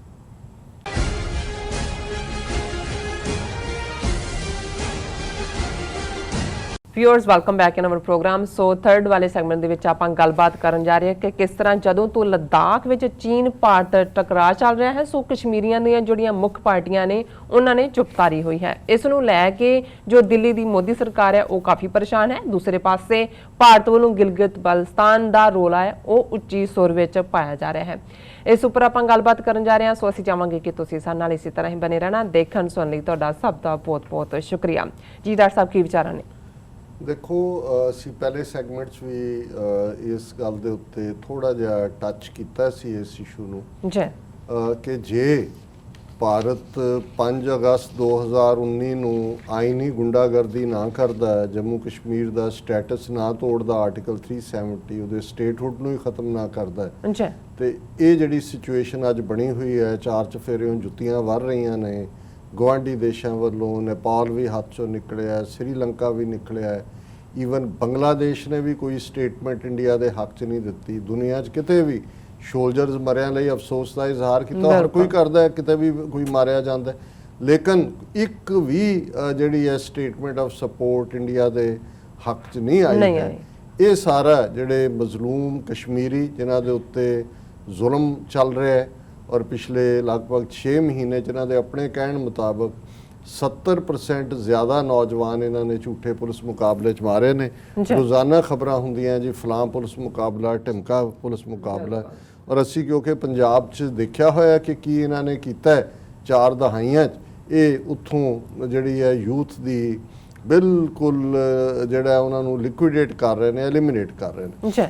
ਹੁਣ ਇੱਕ ਅਕਸਰ ਸਾਡੀਆਂ ਮਾਵਾਂ ਵੀ ਇਹ ਅਖਾਣ ਇਸਤੇਮਾਲ ਕਰਦੀਆਂ ਸੀ, ਸਾਡੀ ਜ਼ੁਬਾਨ 'ਚ ਵੀ ਹੁੰਦਾ ਕਿ ਭਾਈ ਮਾਰਨਾ ਵੀ ਤੇ ਰੋਣ ਵੀ ਨਹੀਂ ਦੇਣਾ। ਬਿਲਕੁਲ। ਹੁਣ ਕਸ਼ਮੀਰੀਆਂ ਦੇ ਉੱਤੇ ਕੀ ਜ਼ੁਲਮ ਚੱਲ ਰਿਹਾ ਹੈ, ਹਾਲਾਂ ਦੁਨੀਆ 'ਚ ਥੋੜੀ ਬਹੁਤ ਆਵਾਜ਼, ਕੋਈ ਯੂਐਸ ਕਾਂਗਰਸ ਦਾ ਕੋਈ ਕਮੇਟੀ ਨੇ ਮਤਾ ਕਰਤਾ, ਕੋਈ ਹਿਊਮਨ ਰਾਈਟਸ ਦਾ ਹੋ ਗਿਆ, ਕੋਈ ਦੂਜਾ, ਪਰ ਇਹਦੇ 'ਚ ਕੋਈ ਸ਼ੱਕ ਨਹੀਂ ਹੈ ਕਿ ਅਦਰ ਦੈਨ ਪਾਕਿਸਤਾਨ ਜਿਹਦੀ ਵੋਕਲ ਆਵਾਜ਼ ਰਹੀ ਹੈ, ਕਿਉਂਕਿ ਬਹੁਤ ਸਾਰੇ ਕਸ਼ਮੀਰੀ ਪਾਕਿਸਤਾਨ 'ਚ ਵੀ ਵਸਦੇ ਨੇ ਔਰ ਪਾਕਿਸਤਾਨ ਦੀ ਸਟੇਟ ਪਾਲਿਸੀ ਵੀ ਰਹੀ ਹੈ, ਕਿਤੇ ਵੀ ਇਫੈਕਟਿਵ ਤਰੀਕੇ ਦੇ ਨਾਲ ਜਿਹਨੂੰ ਕਹਿੰਦੇ ਨੇ ਕਿ ਕੋਈ to put the foot on the soil, ਕਿ ਭਾਈ ਜ਼ਮੀਨ ਤੇ ਪੈਰ ਧਰਿਆ ਕਿ ਮਦਦ ਕਰਨੀ ਹੈ, ਹੀਲ ਕੱਢਣੀ ਤਾਂ ਬਾਅਦ ਦੀ ਗੱਲ ਹੈ, ਸਾਨੂੰ ਇਸ ਕਿਸਮ ਦਾ ਰੁਝਾਨ ਦੇਖਣ 'ਚ ਨਹੀਂ ਆਇਆ। ਹੁਣ ਜੋ ਚੀਨ ਨੇ ਲੱਦਾਖ ਦੇ ਵਿੱਚ, ਗਲਵਾਨ ਵੈਲੀ 'ਚ, ਪੈਂਗੋਂਗ ਲੇਕ 'ਚ ਇਹਨਾਂ ਨੂੰ ਸਬਕ ਸਿਖਾਇਆ, ਚਾਈਨੀਜ਼ ਡਿਪਲੋਮੈਟ ਨੇ ਇਸਲਾਮਾਬਾਦ 'ਚ ਬੇਸ ਜਿਹੜਾ ਸੀ ਉਹਨੇ ਕਿਹਾ ਕਿ ਭਾਈ ਜੇ ਇਹਨਾਂ ਨੇ ਅੱਗੋਂ ਕੀਤਾ ਤੇ ਅਸੀਂ ਆਕੂਪਾਈਡ, ਇੰਡੀਅਨ ਆਕੂਪਾਈਡ ਕਸ਼ਮੀਰ ਦੇ ਵਿੱਚ ਜਿਹੜਾ ਫੌਜ ਵੀ ਜਾ ਸਕਦੀ ਹੈ ਸਾਡੀ। ਹੁਣ ਇਸ ਸਾਰੇ ਨੇ ਜ਼ਾਹਰ ਹੈ ਕਸ਼ਮੀਰੀਆਂ ਨੂੰ ਕਿਤੇ ਨਾ ਕਿਤੇ ਹੋਪ ਦਿੱਤੀ ਕਿ ਵੀ ਭਾਵੇਂ ਇਹ ਕ੍ਰਾਈਸਿਸ ਹੈ, ਭਾਵੇਂ ਸਾਡਾ ਜਿਹੜਾ ਇਸ ਸਾਰੇ ਦੇ ਵਿੱਚ ਸਾਨੂੰ ਬਿਲਕੁਲ ਨੌਨ ਫੈਕਟਰ ਬਣਾਉਣ ਦੀ ਕੋਸ਼ਿਸ਼ ਹੈ, ਸੋ ਉਹਨਾਂ ਨੇ ਇਸ ਦੇ ਉੱਤੇ ਇਹ ਨਹੀਂ, ਬਾਕੀ ਤਾਂ ਇੱਕ ਆਜ਼ਾਦੀ ਪਸੰਦ ਨੂੰ ਤਾਂ ਕਲੀਅਰ ਹੈ ਕਿ ਵੀ ਭਾਵੇਂ ਕੁਝ ਬਦਲਦੇ ਰਹਿਣ, ਲੋਕਲ ਹਾਲਾਤ ਕੀ ਹੋਣ, ਅਲਟੀਮੇਟਲੀ ਅਸੀਂ ਆਜ਼ਾਦ ਹੋਣਾ, ਉਹ ਤਾਂ ਇੱਕ ਨੁਕਤੇ ਤੇ ਖੜੇ ਨੇ। ਲੇਕਿਨ ਜਿਹੜੀਆਂ ਦੋ ਧਿਰਾਂ ਜਿਨ੍ਹਾਂ ਨੇ ਸਮਾਂ ਜਿਹੜੇ ਬੀਤੇ ਦੇ ਵਿੱਚ ਕਾਂਗਰਸ ਨਾਲ ਵੀ ਅਲਾਇੰਸ ਕੀਤੀ, ਬੀਜੇਪੀ ਨਾਲ ਵੀ ਕੀਤੀ, ਮਹਿਬੂਬਾ ਮੁਫਤੀ ਦੀ ਪਾਰਟੀ ਜਿਹੜੀ ਹੈ ਉਹਨਾਂ ਨੇ ਬੀਜੇਪੀ ਦੇ ਨਾਲ ਸਰਕਾਰ ਬਣਾਈ, ਫਾਰੂਕ ਅਬਦੁੱਲਾ ਦੀ ਨੈਸ਼ਨਲ ਕਾਨਫਰੰਸ ਹੈ, ਸੋ ਕੁੱਲ ਮਿਲਾ ਕੇ ਇਹ ਦੋਨੋਂ ਹੀ ਪਾਰਟੀਆਂ ਪੀਡੀਪੀ ਔਰ ਨੈਸ਼ਨਲ ਕਾਨਫਰੰਸ, ਇਹਨਾਂ ਦੇ ਲੀਡਰਸ ਨੇ ਵੀ ਮਰੇ ਹੋਏ ਸੋਲਜਰਸ ਦੇ ਪਰਿਵਾਰਾਂ ਨਾਲ ਤਾਂ ਅਫਸੋਸ ਦਾ ਇਜ਼ਹਾਰ ਕੀਤਾ, ਲੇਕਿਨ ਉਹਨਾਂ ਨੇ ਕੋਈ ਚੀਨ ਨੂੰ ਕੰਡੈਮ ਨਹੀਂ ਕੀਤਾ। ਹੁਣ ਇਹਨਾਂ ਨੂੰ ਇਹ ਹੈ ਕਿ ਵੀ ਅਸੀਂ ਇਹਨਾਂ ਨੂੰ ਜਿਵੇਂ ਮਾਰਨਾ ਵੀ ਤੇ ਰੋਣ ਵੀ ਨਾ ਦੇਣਾ। ਹੁਣ ਇਹ ਕਹਿੰਦੇ ਨੇ ਕਿ ਜਿਨ੍ਹਾਂ ਨੂੰ ਅਸੀਂ ਮਾਰਿਆ ਉਹ ਸਾਡੇ ਹੱਕ ਦੇ ਵਿੱਚ ਜਿਹੜਾ ਉਹ ਕਸੀਦੇ ਪੜ੍ਹਨ, ਔਰ ਇਹ ਖਬਰ ਹੈ ਕਿ Delhi watches Kashmir party silence on Ladakh with concern, ਕਿ ਜੀ ਦਿੱਲੀ ਦੇ ਵਿੱਚ Delhi has taken a note of the deafening silence, deafening, ਕਿ ਬਿਲਕੁਲ ਬੋਲੇਪਨ ਦੀ ਹੱਦ ਤੱਕ ਦੀ ਸਾਇਲੈਂਸ ਜਿਹੜੀ ਹੈ ਉਹ ਬਿਲਕੁਲ ਗੂੰਗਿਆਂ ਵਾਲੀ deafening silence of the Kashmir centric parties on the tense situation in Ladakh, especially after the June 15 clashes in Galwan Valley in which 20 Indian soldiers were killed। ਅੱਗੇ ਜੋ ਮੈਂ ਕਿਹਾ ਉਸੇ ਦਾ ਹੀ no Kashmiri party condemned the killing of Indian soldiers, though they did condole the death। ਉਹਨਾਂ ਨੇ ਕਿਹਾ ਜੀ ਉਹਨਾਂ ਨੇ ਜਿਹੜਾ ਉਹਨਾਂ ਨੇ ਭਾਵੇਂ ਉਹਦੇ ਤੇ ਅਫਸੋਸ ਦਾ ਇਜ਼ਹਾਰ ਕੀਤਾ ਪਰ ਕੰਡੈਮ ਨਹੀਂ ਕੀਤਾ ਉਹਨਾਂ ਦੀਆਂ ਕਿਲਿੰਗਸ ਨੂੰ, ਔਰ ਉਹਨਾਂ ਨੇ ਕਿਹਾ ਕਿ ਵੀ there were no messages of solidarity with the nation in these times when the entire country stood rock solid with the Indian army, ਕਿ ਕਸ਼ਮੀਰੀਆਂ ਦੇ ਵਿੱਚ ਤੇ ਕੋਈ ਜਿਹੜਾ ਉਹ ਆਵਾਜ਼ ਹੀ ਨਹੀਂ ਆਈ, ਔਰ ਦੂਜਾ ਇਸ ਗੱਲ ਤੋਂ ਬੜੇ ਫਿਕਰਮੰਦ ਨੇ। ਹੁਣ ਇਹ ਹੈ ਉਹਨਾਂ ਦਾ ਕੰਸਰਨ ਇਹ ਦੱਸਣ ਲਈ ਕਿ ਵੀ ਹੁਣ ਜੇ ਉਹਨਾਂ ਨੇ ਉਹਨਾਂ ਨੂੰ ਕੁੱਟਣਾ, ਪਹਿਲਾਂ ਤਾਂ ਇਹ ਕਹਿ ਕੇ ਕਿ ਜੀ ਪਾਕਿਸਤਾਨ ਨਾਲ ਰਲੇ ਹੋਏ ਨੇ, ਦੂਜਾ ਹੁਣ ਇਹਦੇ 'ਚ ਵੀ ਇਹਨਾਂ ਨੇ ਐਕਸਕਿਊਜ਼ ਲੱਭ ਲਿਆ ਕਿ ਜੀ ਤੁਸੀਂ ਕਿਉਂਕਿ ਇੰਡੀਅਨ ਆਰਮੀ ਨਾਲ ਸੋਲੀਡੈਰਿਟੀ ਨਹੀਂ ਦਿਖਾਈ, ਚੀਨ ਨੂੰ ਕੰਡੈਮ ਨਹੀਂ, ਇਸ ਲਈ ਤੁਸੀਂ ਦੇਸ਼ ਧਰੋਹੀ ਹੋ। ਸੋ ਇੱਕ ਪਾਸੇ ਤਾਂ ਉਹਨਾਂ ਨੇ ਲੇਕਿਨ ਖੁਦ ਭਾਰਤ ਦੀ ਸਰਕਾਰ ਉੱਥੇ ਕੀ ਕਰ ਰਹੀ ਹੈ? ਜੀ। ਦੋ ਖਬਰਾਂ ਇਸ ਹਵਾਲੇ ਨਾਲ ਬੜੀਆਂ ਕਲੀਅਰ ਨੇ। notwithstanding opposition from political groups, over 12,000 domicile certificates issued in Jammu alone। और उन्होंने कहा कि भाई बेशक पोलिटिकल पार्टियां कह रही हैं कि भाई तुसी डेमोग्राफिक्स बदल रहे हो, और जिवें उन्होंने पहले जिहड़े डोमिसाइल इशू किए वो बिहार का एक IAS हिंदू अफसर सी और ज़ाहिर है सारे बिहारी, और हुण 12,000 गैर कश्मीरी जिहड़े ने उन्होंने डोमिसाइल सर्टिफिकेट इशू किए ने। और ये एक जिहड़ा खतरनाक एलीमेंट होर आने वाले पीरीयड च है। ਤੁਸੀਂ ਦੇਖੋ ਕਿ ਜਦੋਂ ਅਸੀਂ ਇਹ ਕਹਿੰਦੇ ਹਾਂ ਕਿ ਬ੍ਰਾਹਮਣ 4000 ਸਾਲ ਦਾ ਕਨਵੋਲੂਟਡ ਮਾਈਂਡਡ ਹੈ, ਤੇ ਐਵੇਂ ਨਹੀਂ ਹੈ। ਨੇਪਾਲ ਇਹਨਾਂ ਦੇ ਹੱਥਾਂ ਚੋਂ ਨਿਕਲ ਗਿਆ। ਭਾਰਤ ਦੀ ਫੌਜ ਦੇ ਵਿੱਚ 32,000 ਰੈਗੂਲਰ ਗੋਰਖੇ ਨੇਪਾਲੀ ਨੇਪਾਲ ਰੀਜਨ ਦੇ ਨੇ। ਬਿਲਕੁਲ। ਔਰ ਇਸ ਤੋਂ ਇਲਾਵਾ ਜਿਹੜੇ ਵਿਦਨ ਇੰਡੀਆ ਗੋਰਖੇ ਨੇ ਉਹਨਾਂ ਦੀ ਆਬਾਦੀ ਵੀ ਜਿਹੜੀ ਹੈ ਉਹ ਇਨ ਮਿਲੀਅਨਸ ਹੈ। ਹੁਣ ਇਹਨਾਂ ਨੂੰ ਇਹ ਲੱਗਦਾ ਹੈ ਕਿ ਵੀ ਇਹ ਬਿਹਾਰੀ ਯੂਪੀ ਵਾਲੇ ਤੁਸੀਂ ਕਸ਼ਮੀਰ 'ਚ ਜਾ ਕੇ ਬਿਠਾ ਵੀ ਦਿਓ, ਜਦੋਂ ਕਸ਼ਮੀਰੀ ਜੁਝਾਰੂਆਂ ਨੇ ਬੜਕ ਮਾਰੀ ਤੇ ਉਹਨਾਂ ਦੀਆਂ ਤਾਂ ਪੈਂਟਾਂ ਲਿਬੜ ਜਾਣੀਆਂ, ਔਰ ਉਹਨਾਂ 'ਚ ਬਹੁਤ ਸਾਰੇ ਆਪਣੇ ਜਿਹੜੇ ਧੋਤੀਆਂ ਵਾਲੇ ਨੇ ਸਣੇ ਕਸ਼ਮੀਰੀ ਪੰਡਤਾਂ ਦੇ ਉਹ ਦੌੜਨਗੇ। ਔਰ ਉਹਦੇ ਲਈ ਉਹਨਾਂ ਨੇ ਉਹਦਾ ਤੋੜ ਕੀ ਲੱਭਿਆ ਹੈ? Many retired Gurkha soldiers in 6,600 to get Jammu and Kashmir domicile.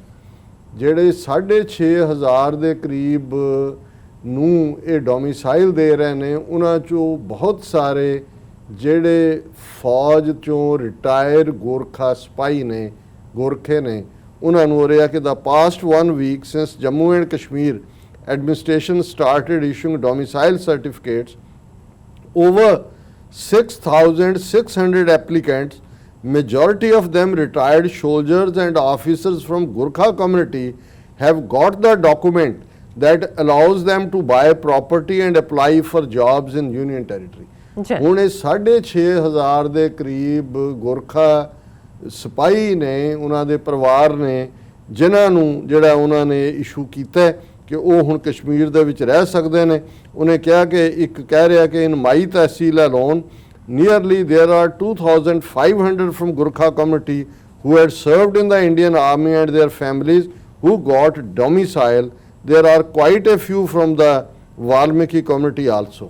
So ਜ਼ਾਹਰ ਹੈ ਕਿ ਵਾਲਮੀਕੀ ਸ਼ਡਿਊਲ ਕਾਸਟ ਨੇ ਉਹਨਾਂ ਨੂੰ ਵੀ, ਲੇਕਿਨ ਜੇ 2,500 ਗੋਰਖਾ ਇੱਕ ਤਹਿਸੀਲ ਦੇ ਵਿੱਚੋਂ ਉਹਨਾਂ ਨੂੰ ਕਸ਼ਮੀਰ ਦੇ ਵਿੱਚੋਂ ਸੈਟਲ ਕਰ ਰਹੇ ਨੇ, ਤਾਂ ਇਸ ਤੋਂ ਤੁਸੀਂ ਅੰਦਾਜ਼ਾ ਲਾਓ ਕਿ ਆਉਣ ਵਾਲੇ ਪੀਰੀਅਡ 'ਚ ਇਹਨਾਂ ਨੇ ਲੜਾਈ ਦੇ ਲਈ ਇਹ ਫਰੰਟ ਖੋਲ ਦਿੱਤਾ ਕਿ ਕਸ਼ਮੀਰੀ ਜੁਝਾਰੂ ਤੇ ਗੋਰਖੇ ਜਿਹੜੇ ਉੱਥੇ ਜ਼ਬਰਦਸਤੀ ਉਹਨਾਂ ਦੀਆਂ ਜ਼ਮੀਨਾਂ 'ਚ ਬਿਠਾਏ ਜਾਣਗੇ, ਉਹ ਆਪਸ 'ਚ ਲੜਨਗੇ, ਉਲਝਣਗੇ।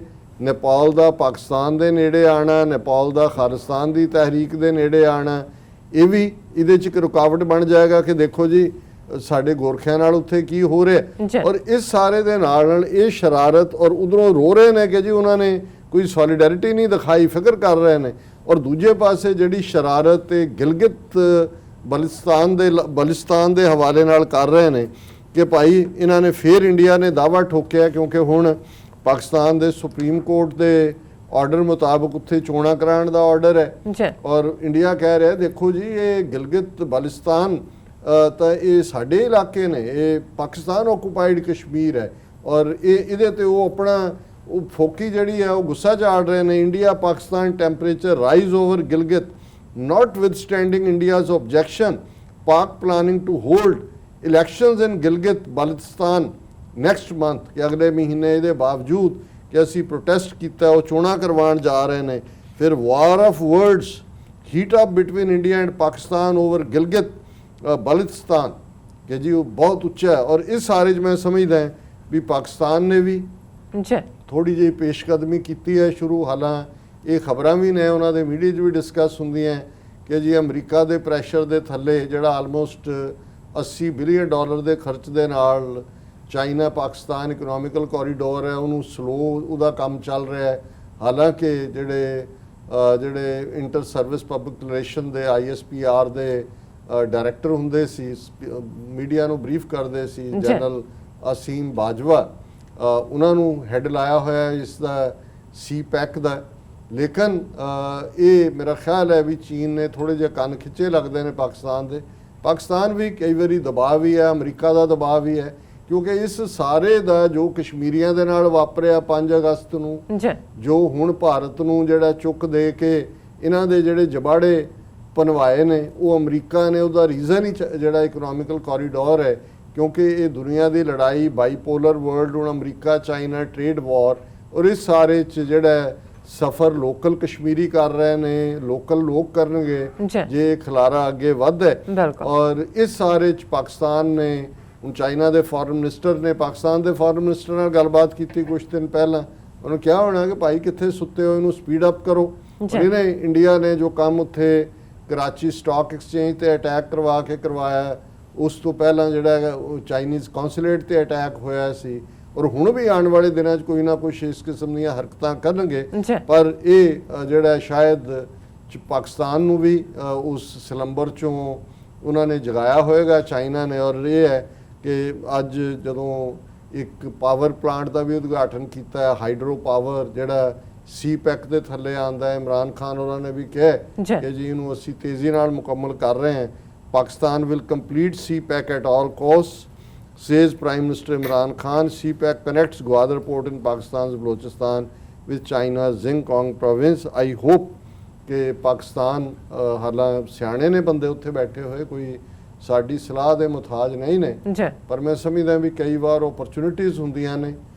जे 62 ਦੇ ਵਿੱਚ ਜਦੋਂ ਚੀਨ ਕੁੱਟ ਰਿਹਾ ਸੀ ਇੰਡੀਆ ਨੂੰ ਔਰ ਇਹ ਦੁਮਦਮਾ ਕੇ ਦੌੜ ਰਹੇ ਸੀ, ਉਦੋਂ ਪਾਕਿਸਤਾਨ ਦੇ ਉਸ ਵੇਲੇ ਦੇ ਰੂਲਰ ਅਯੂਬ ਖਾਨ ਹੌਸਲਾ ਕਰਦੇ, ਬਿਨਾਂ ਪਰਵਾਹ ਕੀਤੇ ਕਿ ਅਮਰੀਕਨ ਪ੍ਰੈਸ਼ਰ ਕੀ ਹੈ, ਕਸ਼ਮੀਰ ਦੇ ਵਿੱਚ ਆ ਜਾਂਦੇ ਤੇ ਇਹ ਤਾਂ ਇਹਨਾਂ ਨੂੰ ਤਾਂ ਕੋਈ ਸੁਧ-ਬੁੱਧ ਨਹੀਂ ਸੀ ਕੀ ਕਰਨਾ। ਔਰ ਜਿਹੜੀ ਗੱਲ ਬਾਅਦ 'ਚ 65 'ਚ ਕਰਨੀ ਚਾਹੀ ਔਰ ਨਾ ਕਾਮਯਾਬ ਹੋਈ, ਫਿਰ ਉਹਦਾ ਨਤੀਜੇ ਹੁਣ ਤੱਕ ਕੀ ਨੇ ਸਾਹਮਣੇ ਹੈ। ਹੁਣ ਤਾਂ ਉਹਦਾ ਵਜੂਦ ਹੀ ਗਵਾ ਦਿੱਤਾ ਉਹਨਾਂ ਨੇ। 62 ਦੀ ਲਾਸਟ ਅਪਰਚੁਨਿਟੀ ਸੀ।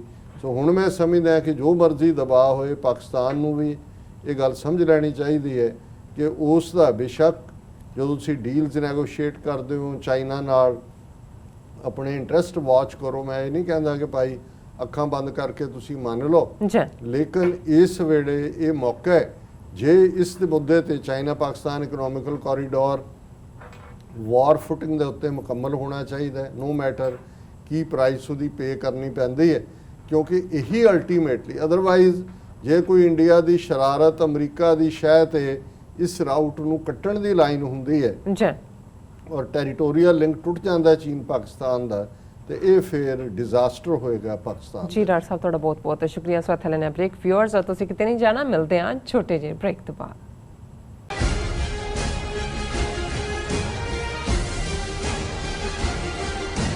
ਦਰਸ਼ਕੋ ਬ੍ਰੇਕ ਤੋਂ ਬਾਅਦ ਤੁਹਾਡਾ ਸਭ ਦਾ ਭਰਪੂਰ ਸਵਾਗਤ ਹੈ। ਸੋ ਚੌਥੇ ਸੈਗਮੈਂਟ ਦੇ ਵਿੱਚ ਆਪਾਂ ਪਹੁੰਚ ਚੁੱਕੇ ਹਾਂ। ਸੋ ਜਿਸ ਤਰ੍ਹਾਂ ਕਿ ਸਿੱਖ ਧਰਮ ਵਿੱਚ ਕਿਹਾ ਜਾਂਦਾ ਹੈ ਕਿ ਜੋ ਸੇਵਾ ਦਾ ਜੋ ਦਰਜਾ ਹੈ ਉਹ ਸਭ ਤੋਂ ਉੱਚਾ ਹੈ। ਸੋ ਸਤਿਗੁਰ ਕੀ ਸੇਵਾ ਸਫਲ ਹੈ ਜੇ ਕੋ ਕਰੇ ਚਿਤ ਲਾਏ। ਸੋ ਆਪਾਂ ਹੁਣ ਗੱਲਬਾਤ ਕਰਨ ਜਾ ਰਹੇ ਹਾਂ ਕਿ ਕਿਸ ਤਰ੍ਹਾਂ ਅੰਮ੍ਰਿਤਸਰ ਦੀ ਇੱਕ ਮਸਜਿਦ ਦੇ ਵਿੱਚ ਉਸ ਦੇ ਬਾਹਰ ਇੱਕ ਜੋ ਸਿੱਖ ਵੀਰ ਨੇ, ਉਹਨਾਂ ਨੇ 40 ਸਾਲ ਤੋਂ ਜੁੱਤੀਆਂ ਦੀ ਜੋ ਸਾਂਭ ਸੰਭਾਲ ਹੈ ਉਹ ਉਸ ਦੀ ਸੇਵਾ ਕਰ ਰਹੇ ਨੇ। ਸੋ ਉਹ ਸੇਵਾ ਕਰ ਰਹੇ ਨੇ ਉਹ ਬੜੇ ਹੀ ਨਿਸ਼ਕਾਮ ਹੋ ਕੇ ਉਹ ਕਰ ਰਹੇ ਨੇ, ਮਨ ਦੀ ਖੁਸ਼ੀ ਲਈ ਔਰ ਮਨ ਦੀ ਤ੍ਰਿਪਤੀ ਲਈ। ਸੋ ਇਸ ਬਾਰੇ ਆਪਾਂ ਵਿਚਾਰ ਚਰਚਾ ਕਰਨ ਜਾ ਰਹੇ ਹਾਂ ਔਰ ਨਾਲ ਹੀ ਆਪਾਂ ਗੁਰਬਾਣੀ ਵਿਚਾਰਾਂ ਦੀ ਸਾਂਝ ਵੀ ਤੋੜਨਾ ਪਾਵਾਂਗੇ। ਸੋ ਅਸੀਂ ਚਾਹਾਂਗੇ ਕਿ ਤੁਸੀਂ ਸਾਡੇ ਨਾਲ ਇਸੇ ਤਰ੍ਹਾਂ ਹੀ ਬਣੇ ਰਹਿਣਾ। ਦੇਖਣ ਸੁਣ ਲਈ ਤੁਹਾਡਾ ਸਭ ਦਾ ਬਹੁਤ ਬਹੁਤ ਸ਼ੁਕਰੀਆ। ਜੀ ਡਾਕਟਰ ਸਾਹਿਬ, ਇਸ ਮੁੱਦੇ ਬਾਰੇ ਤੁਸੀਂ ਕੀ ਕਹਿਣਾ ਚਾਹੋਗੇ? ਦੇਖੋ, ਵੈਸੇ ਤਾਂ ਦੁਨੀਆ ਭਰ ਦੇ ਵਿੱਚ ਹਰ ਮੁਲਕ ਦੇ ਨੈਸ਼ਨਲ ਪੇਪਰ ਹੋਣ, ਉਹਨਾਂ ਦੇ ਟੀਵੀ ਹੋਣ, ਕਰੋਨਾ ਦੇ ਦੌਰ 'ਚ ਜਿਹੜੀ ਸਿੱਖਾਂ ਨੇ ਆਪਣੀ ਲੰਗਰ ਦੀ ਪਰੰਪਰਾ, ਲੰਗਰ ਦੀ ਟ੍ਰੈਡੀਸ਼ਨ ਨੂੰ ਕਾਇਮ ਰੱਖਿਆ, ਲੱਖਾਂ ਨੂੰ ਖਵਾਇਆ। ਸਗੋਂ ਸਾਡੇ ਇੱਕ ਵੀਰ ਰਤਨਦੀਪ ਸਿੰਘ ਉਹਨਾਂ ਨੇ ਸਾਨੂੰ ਲਿਖਿਆ ਕਿ NDTV ਨੇ ਇਸ ਦੇ ਉੱਤੇ ਖਾਸ ਫੀਚਰ ਕੀਤਾ ਹੈ ਜਿਹਦੇ 'ਚ ਕਿ ਵੱਡੇ ਵੱਡੇ ਲੋਕਾਂ ਨੇ ਸਿੱਖਾਂ ਦੀ ਤਾਰੀਫ ਕੀਤੀ ਕਿ ਕਿਵੇਂ ਲੱਖਾਂ ਲੋਕਾਂ ਨੂੰ ਥਾਂ ਥਾਈਂ ਸਿੱਖਾਂ ਨੇ ਫੀਡ ਕੀਤਾ ਹੈ। ਔਰ ਬਹੁਤਿਆਂ ਨੇ ਕਿਹਾ ਕਿ ਸੱਚਮੁੱਚ ਇਹ ਹੈ ਇਨਸਾਨੀਅਤ ਦੀ ਖਿਦਮਤ, ਇਨਸਾਨੀਅਤ ਦੀ ਸੇਵਾ। ਉਸ ਦਾ ਅਸੀਂ ਵਕਤਨ ਬਾ ਵਕਤਨ ਜ਼ਿਕਰ ਕਰਦੇ ਹਾਂ। ਪਰ ਅੱਜ ਜਿਸ ਖਬਰ ਨੇ ਮੇਰਾ ਧਿਆਨ ਖਿੱਚਿਆ, ਕਿਉਂਕਿ ਮੈਂ ਇਹਨਾਂ ਖਬਰਾਂ ਦੀ ਅਹਿਮੀਅਤ ਨੂੰ ਇਸ ਲਈ ਵੀ ਸਮਝਦਾ ਕਿ ਜਦੋਂ ਇਹ ਭਾਰਤ ਵਰਗੇ ਉਸ ਮੁਲਕ 'ਚ ਓਰੀਜੀਨੇਟ ਹੁੰਦੀਆਂ ਜੀ ਜਿੱਥੇ ਮੁਸਲਮਾਨਾਂ ਦੇ ਖਿਲਾਫ ਸਦੀਆਂ ਤੋਂ ਲਗਭਗ 1000 ਸਾਲ ਦੀ ਇਹਨਾਂ ਦੀ ਸਾਈਕੋ ਹਿਸਟਰੀ ਨਫ਼ਰਤ ਨਾਲ ਭਰੀ ਹੋਈ ਹੈ, ਹਿੰਦੂ ਤਵੀਆਂ ਦੀ, ਬ੍ਰਾਹਮਣਵਾਦੀਆਂ ਦੀ। ਔਰ ਬਹੁਤ ਵਾਰ ਕਿਉਂਕਿ 18ਵੀਂ ਸਦੀ ਦਾ ਪੀਰੀਅਡ ਇਸ ਕਿਸਮ ਦਾ ਸੀ, ਮੁਗਲ ਹੋਣ ਜਾਂ ਦਰਾ ਖੈਬਰ ਪਾਰ ਦੇ ਹਮਲਾਵਰ ਹੋਣ, ਉਹ ਉਹਨਾਂ ਨੇ ਇਸਲਾਮ ਦੀ ਢਾਲ ਨੂੰ ਵਰਤਿਆ। ਤੇ ਜ਼ਾਹਰ ਹੈ ਕਿ ਸਿੱਖ ਜ਼ੁਲਮ ਦੇ ਖਿਲਾਫ ਲੜੇ, ਕੋਈ ਇਸਲਾਮ ਦੇ ਖਿਲਾਫ ਤਾਂ ਲੜਾਈ ਨਹੀਂ ਸੀ, ਜ਼ੁਲਮ ਦੇ ਖਿਲਾਫ ਸੀ। ਇਸ ਦੇ ਉਲਟ ਰਾਦਰ ਸਾਈ ਮੀਆਂ ਮੀਰ ਨੂੰ ਗੁਰੂ ਅਰਜਨ ਸਾਹਿਬ ਇਨਵਾਈਟ ਕਰਦੇ ਨੇ ਲਾਹੌਰ ਤੋਂ ਪਾਲਕੀ ਭੇਜ ਕੇ ਦਰਬਾਰ ਸਾਹਿਬ ਦਾ ਨੀਂਹ ਪੱਥਰ ਰੱਖਣ ਦੇ ਲਈ। ਉਹ ਅਸੀਂ ਅਕਸਰ ਜ਼ਿਕਰ ਕਰਦੇ। ਔਰ ਹੁਣ ਦੇ ਦੌਰ 'ਚ ਵੀ ਜਦੋਂ ਸਿੱਖ ਕਸ਼ਮੀਰੀਆਂ ਦੇ ਨਾਲ ਖਲੋਤੇ ਨੇ, ਦਿੱਲੀ 'ਚ ਜਿਹੜੇ ਸੀਏ ਔਰ ਦੂਸਰਿਆਂ ਦੇ ਖਿਲਾਫ ਜਿਹੜੇ ਪ੍ਰੋਟੈਸਟ ਚੱਲ ਰਹੇ ਸੀ, ਜਿਨ੍ਹਾਂ ਨੇ ਉਹਨਾਂ ਨੂੰ ਫੀਡ ਕੀਤਾ, ਜਿੱਥੇ ਮੁਸਲਮਾਨਾਂ ਨੂੰ ਝੂਠੇ ਕੇਸਾਂ 'ਚ ਫਸਾਇਆ, ਉਹਨਾਂ ਨੇ ਸਿੱਖ ਨੌਜਵਾਨ ਵੀ ਫੜੇ ਹੋਏ ਨੇ ਕਿ ਤੁਸੀਂ ਦਹਿਸ਼ਤਗਰਦਾਂ ਦੀ ਮਦਦ ਕੀਤੀ, ਪਰ ਉਹਦੀ ਪਰਵਾਹ ਨਹੀਂ ਹੈ। ਔਰ ਅੱਜ ਇੱਕ ਖਬਰ ਜਿਹੜੀ ਕਿ ਉਹਨਾਂ ਦੀ ਈਵਨ ਮੇਨ ਟ੍ਰਿਬਿਊਨ ਅਖਬਾਰ ਨੇ ਵੀ ਔਰ ਦੂਸਰਿਆਂ ਨੇ ਵੀ ਦਿੱਤੀ ਹੈ, ਔਰ ਉਹਦਾ ਹੈਡਲਾਈਨ ਇਹ ਹੈ, for 40 years Sikh vendor performing ਸੇਵਾ ਐਟ ਮੌਸਕ ਇਨ ਅੰਮ੍ਰਿਤਸਰ।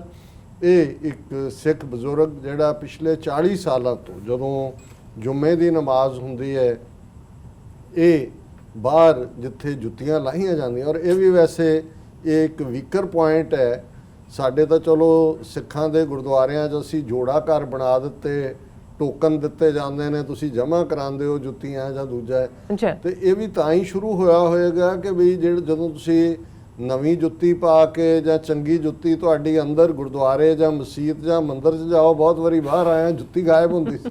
ਹੁਣ ਤੁਸੀਂ ਦੇਖੋ ਕਿਸ ਕਿਸਮ ਦੇ ਅਸੀਂ ਲੋਕ ਹੈ। ਇੱਕ ਪਾਸੇ ਅਸੀਂ ਰੱਬ 'ਚ ਯਕੀਨ ਰੱਖਦੇ ਹਾਂ, ਡਰਾਮਾ ਵੀ ਕਰਦੇ ਹਾਂ ਕਿ ਭਾਈ ਅਸੀਂ ਲਗਾਤਾਰ ਨਿਤਨੇਮੀ ਹੈ ਜਾਂ ਨਮਾਜ਼ੀ ਹੈ, ਤੇ ਬਹੁਤ ਵਾਰੇ ਹੁੰਦਾ ਵੀ ਫਿਰ ਜਿਹੜਾ ਕੋਈ ਜੁੱਤੀ ਪਾ ਕੇ ਅੰਦਰ ਨਮਾਜ਼ ਵੀ ਪੜ੍ਹ ਰਿਹਾ, ਉਹਦਾ ਧਿਆਨ ਬਾਹਰ ਜੁੱਤੀ 'ਚ ਹੁੰਦਾ ਵੀ ਜਦੋਂ ਮੈਂ ਵਾਪਸ ਆਣਾ ਉੱਥੇ ਮੈਨੂੰ ਮਿਲੇਗੀ ਕਿ ਨਹੀਂ। ਔਰ ਇਹੀ ਇੱਕ ਕਾਰਨ ਰਿਹਾ ਕਿ ਕਈ ਥਾਂ ਤੇ ਈਵਨ ਜੁੱਤੀ ਦੇ ਉੱਤੇ ਹੀ ਜਿਹੜਾ ਉਹ ਤੁਸੀਂ ਜਿਹੜਾ ਤੁਹਾਡਾ ਧਿਆਨ ਟਿਕਿਆ ਰਹਿੰਦਾ, ਉਸ ਤੋਂ ਬਾਅਦ ਤੁਸੀਂ ਰੱਬ ਨੂੰ ਕਿਹੜਾ ਤੁਸੀਂ ਯਾਦ ਕਰਨਾ। ਸੋ ਮੈਂ ਸਮਝਦਾ ਵੀ ਇਸ ਸਿੱਖ ਨੇ ਜਿਹੜੀ ਸੇਵਾ ਵੀ ਚੁਣੀ ਉਹ ਇਹ ਕਿ mosque in Amritsar has a rare ally Baljinder Singh, ਜਿਹੜੇ 60 ਸਾਲ ਦੀ ਉਹਨਾਂ ਦੀ ਉਮਰ ਹੈ, ਤੇ ਜੇ 40 ਸਾਲ ਤੋਂ ਕਰ ਰਹੇ ਨੇ, ਜਦੋਂ ਉਹ 20 ਸਾਲ ਦੇ ਸੀ। ਦੇਖੋ, ਔਰ ਉਹਨਾਂ ਨੂੰ ਪੁੱਛਿਆ ਵੀ ਜਦੋਂ ਤੁਸੀਂ ਕਿਤੇ ਜਾਂਦੇ ਹੋ, ਕਹਿੰਦੇ ਨਹੀਂ ਫਿਰ ਮੈਂ ਆਪਣੇ ਬੇਟੇ ਨੂੰ ਭੇਜ ਦਿੰਦਾ, ਔਰ ਇਹ ਕੋਈ ਗਰੀਬ ਨਹੀਂ ਹੈਗਾ, ਮੇਰਾ ਬੇਟਾ ਇੱਕ ਮਲੇਸ਼ੀਆ 'ਚ ਹੈ, ਦੂਜਾ ਹੈ। ਉਹਨਾਂ ਨੇ ਕਿਹਾ ਕਿ has been doing seva at Khairuddin mosque located in narrow lanes of walled city of Amritsar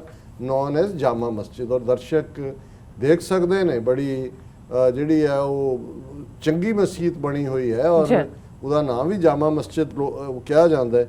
ਉਹਨਾਂ ਨੇ ਕਿਹਾ ਕਿ ਭਾਈ ਮੈਂ ਉਹਨਾਂ ਜੁੱਤੀਆਂ ਦੇ ਜਿਹੜੇ ਮੁਸਲਮਾਨ ਡਿਵੋਟੀ ਅੰਦਰ ਫਰਾਈਡੇ ਪ੍ਰੇਅਰਸ ਲਈ ਜਾਂਦੇ ਨੇ, ਮੈਂ ਉਹਨਾਂ ਦੀ ਜੁੱਤੀਆਂ ਦੇ ਸਰਾਣੇ ਬੈਠਦਾ ਹਾਂ ਉਸ ਦੀ ਹਿਫਾਜ਼ਤ ਕਰਨ ਦੇ ਲਈ। I am a Sikh by birth and secular by nature. For me humanity is above any religion. Choosing to serve in a mosque was my way of propagating Guru Nanak's universal message of brotherhood and harmony. So nice. कि मैं सिख हैं और बहुत खूबसूरत दर्शनी बाबा है। उन्होंने कहा कि जी मैं गुरु नानक साहब ਦਾ ਮੈਸੇਜ ਹੈ ਇਨਸਾਨੀਅਤ ਦਾ ਔਰ ਆਪਸੀ ਸਹਿਨਸ਼ੀਲਤਾ ਦਾ, ਤੇ ਮੈਂ ਮਸਜਿਦ ਦੇ ਵਿੱਚ ਇਹ ਸੇਵਾ ਕਰਕੇ ਇਸ ਮੈਸੇਜ ਨੂੰ ਦੇ ਰਿਹਾ। ਔਰ ਉਹਨਾਂ ਨੂੰ ਜਿਹੜੇ ਸਾਰੇ ਮੁਸਲਮਾਨ ਡਿਵੋਟੀ ਵੀ ਨੇ ਪਿਆਰ ਨਾਲ ਭਾਜੀ ਸਰਦਾਰ ਜੀ ਕਰਕੇ ਸੰਬੋਧਨ ਕਰਦੇ ਨੇ।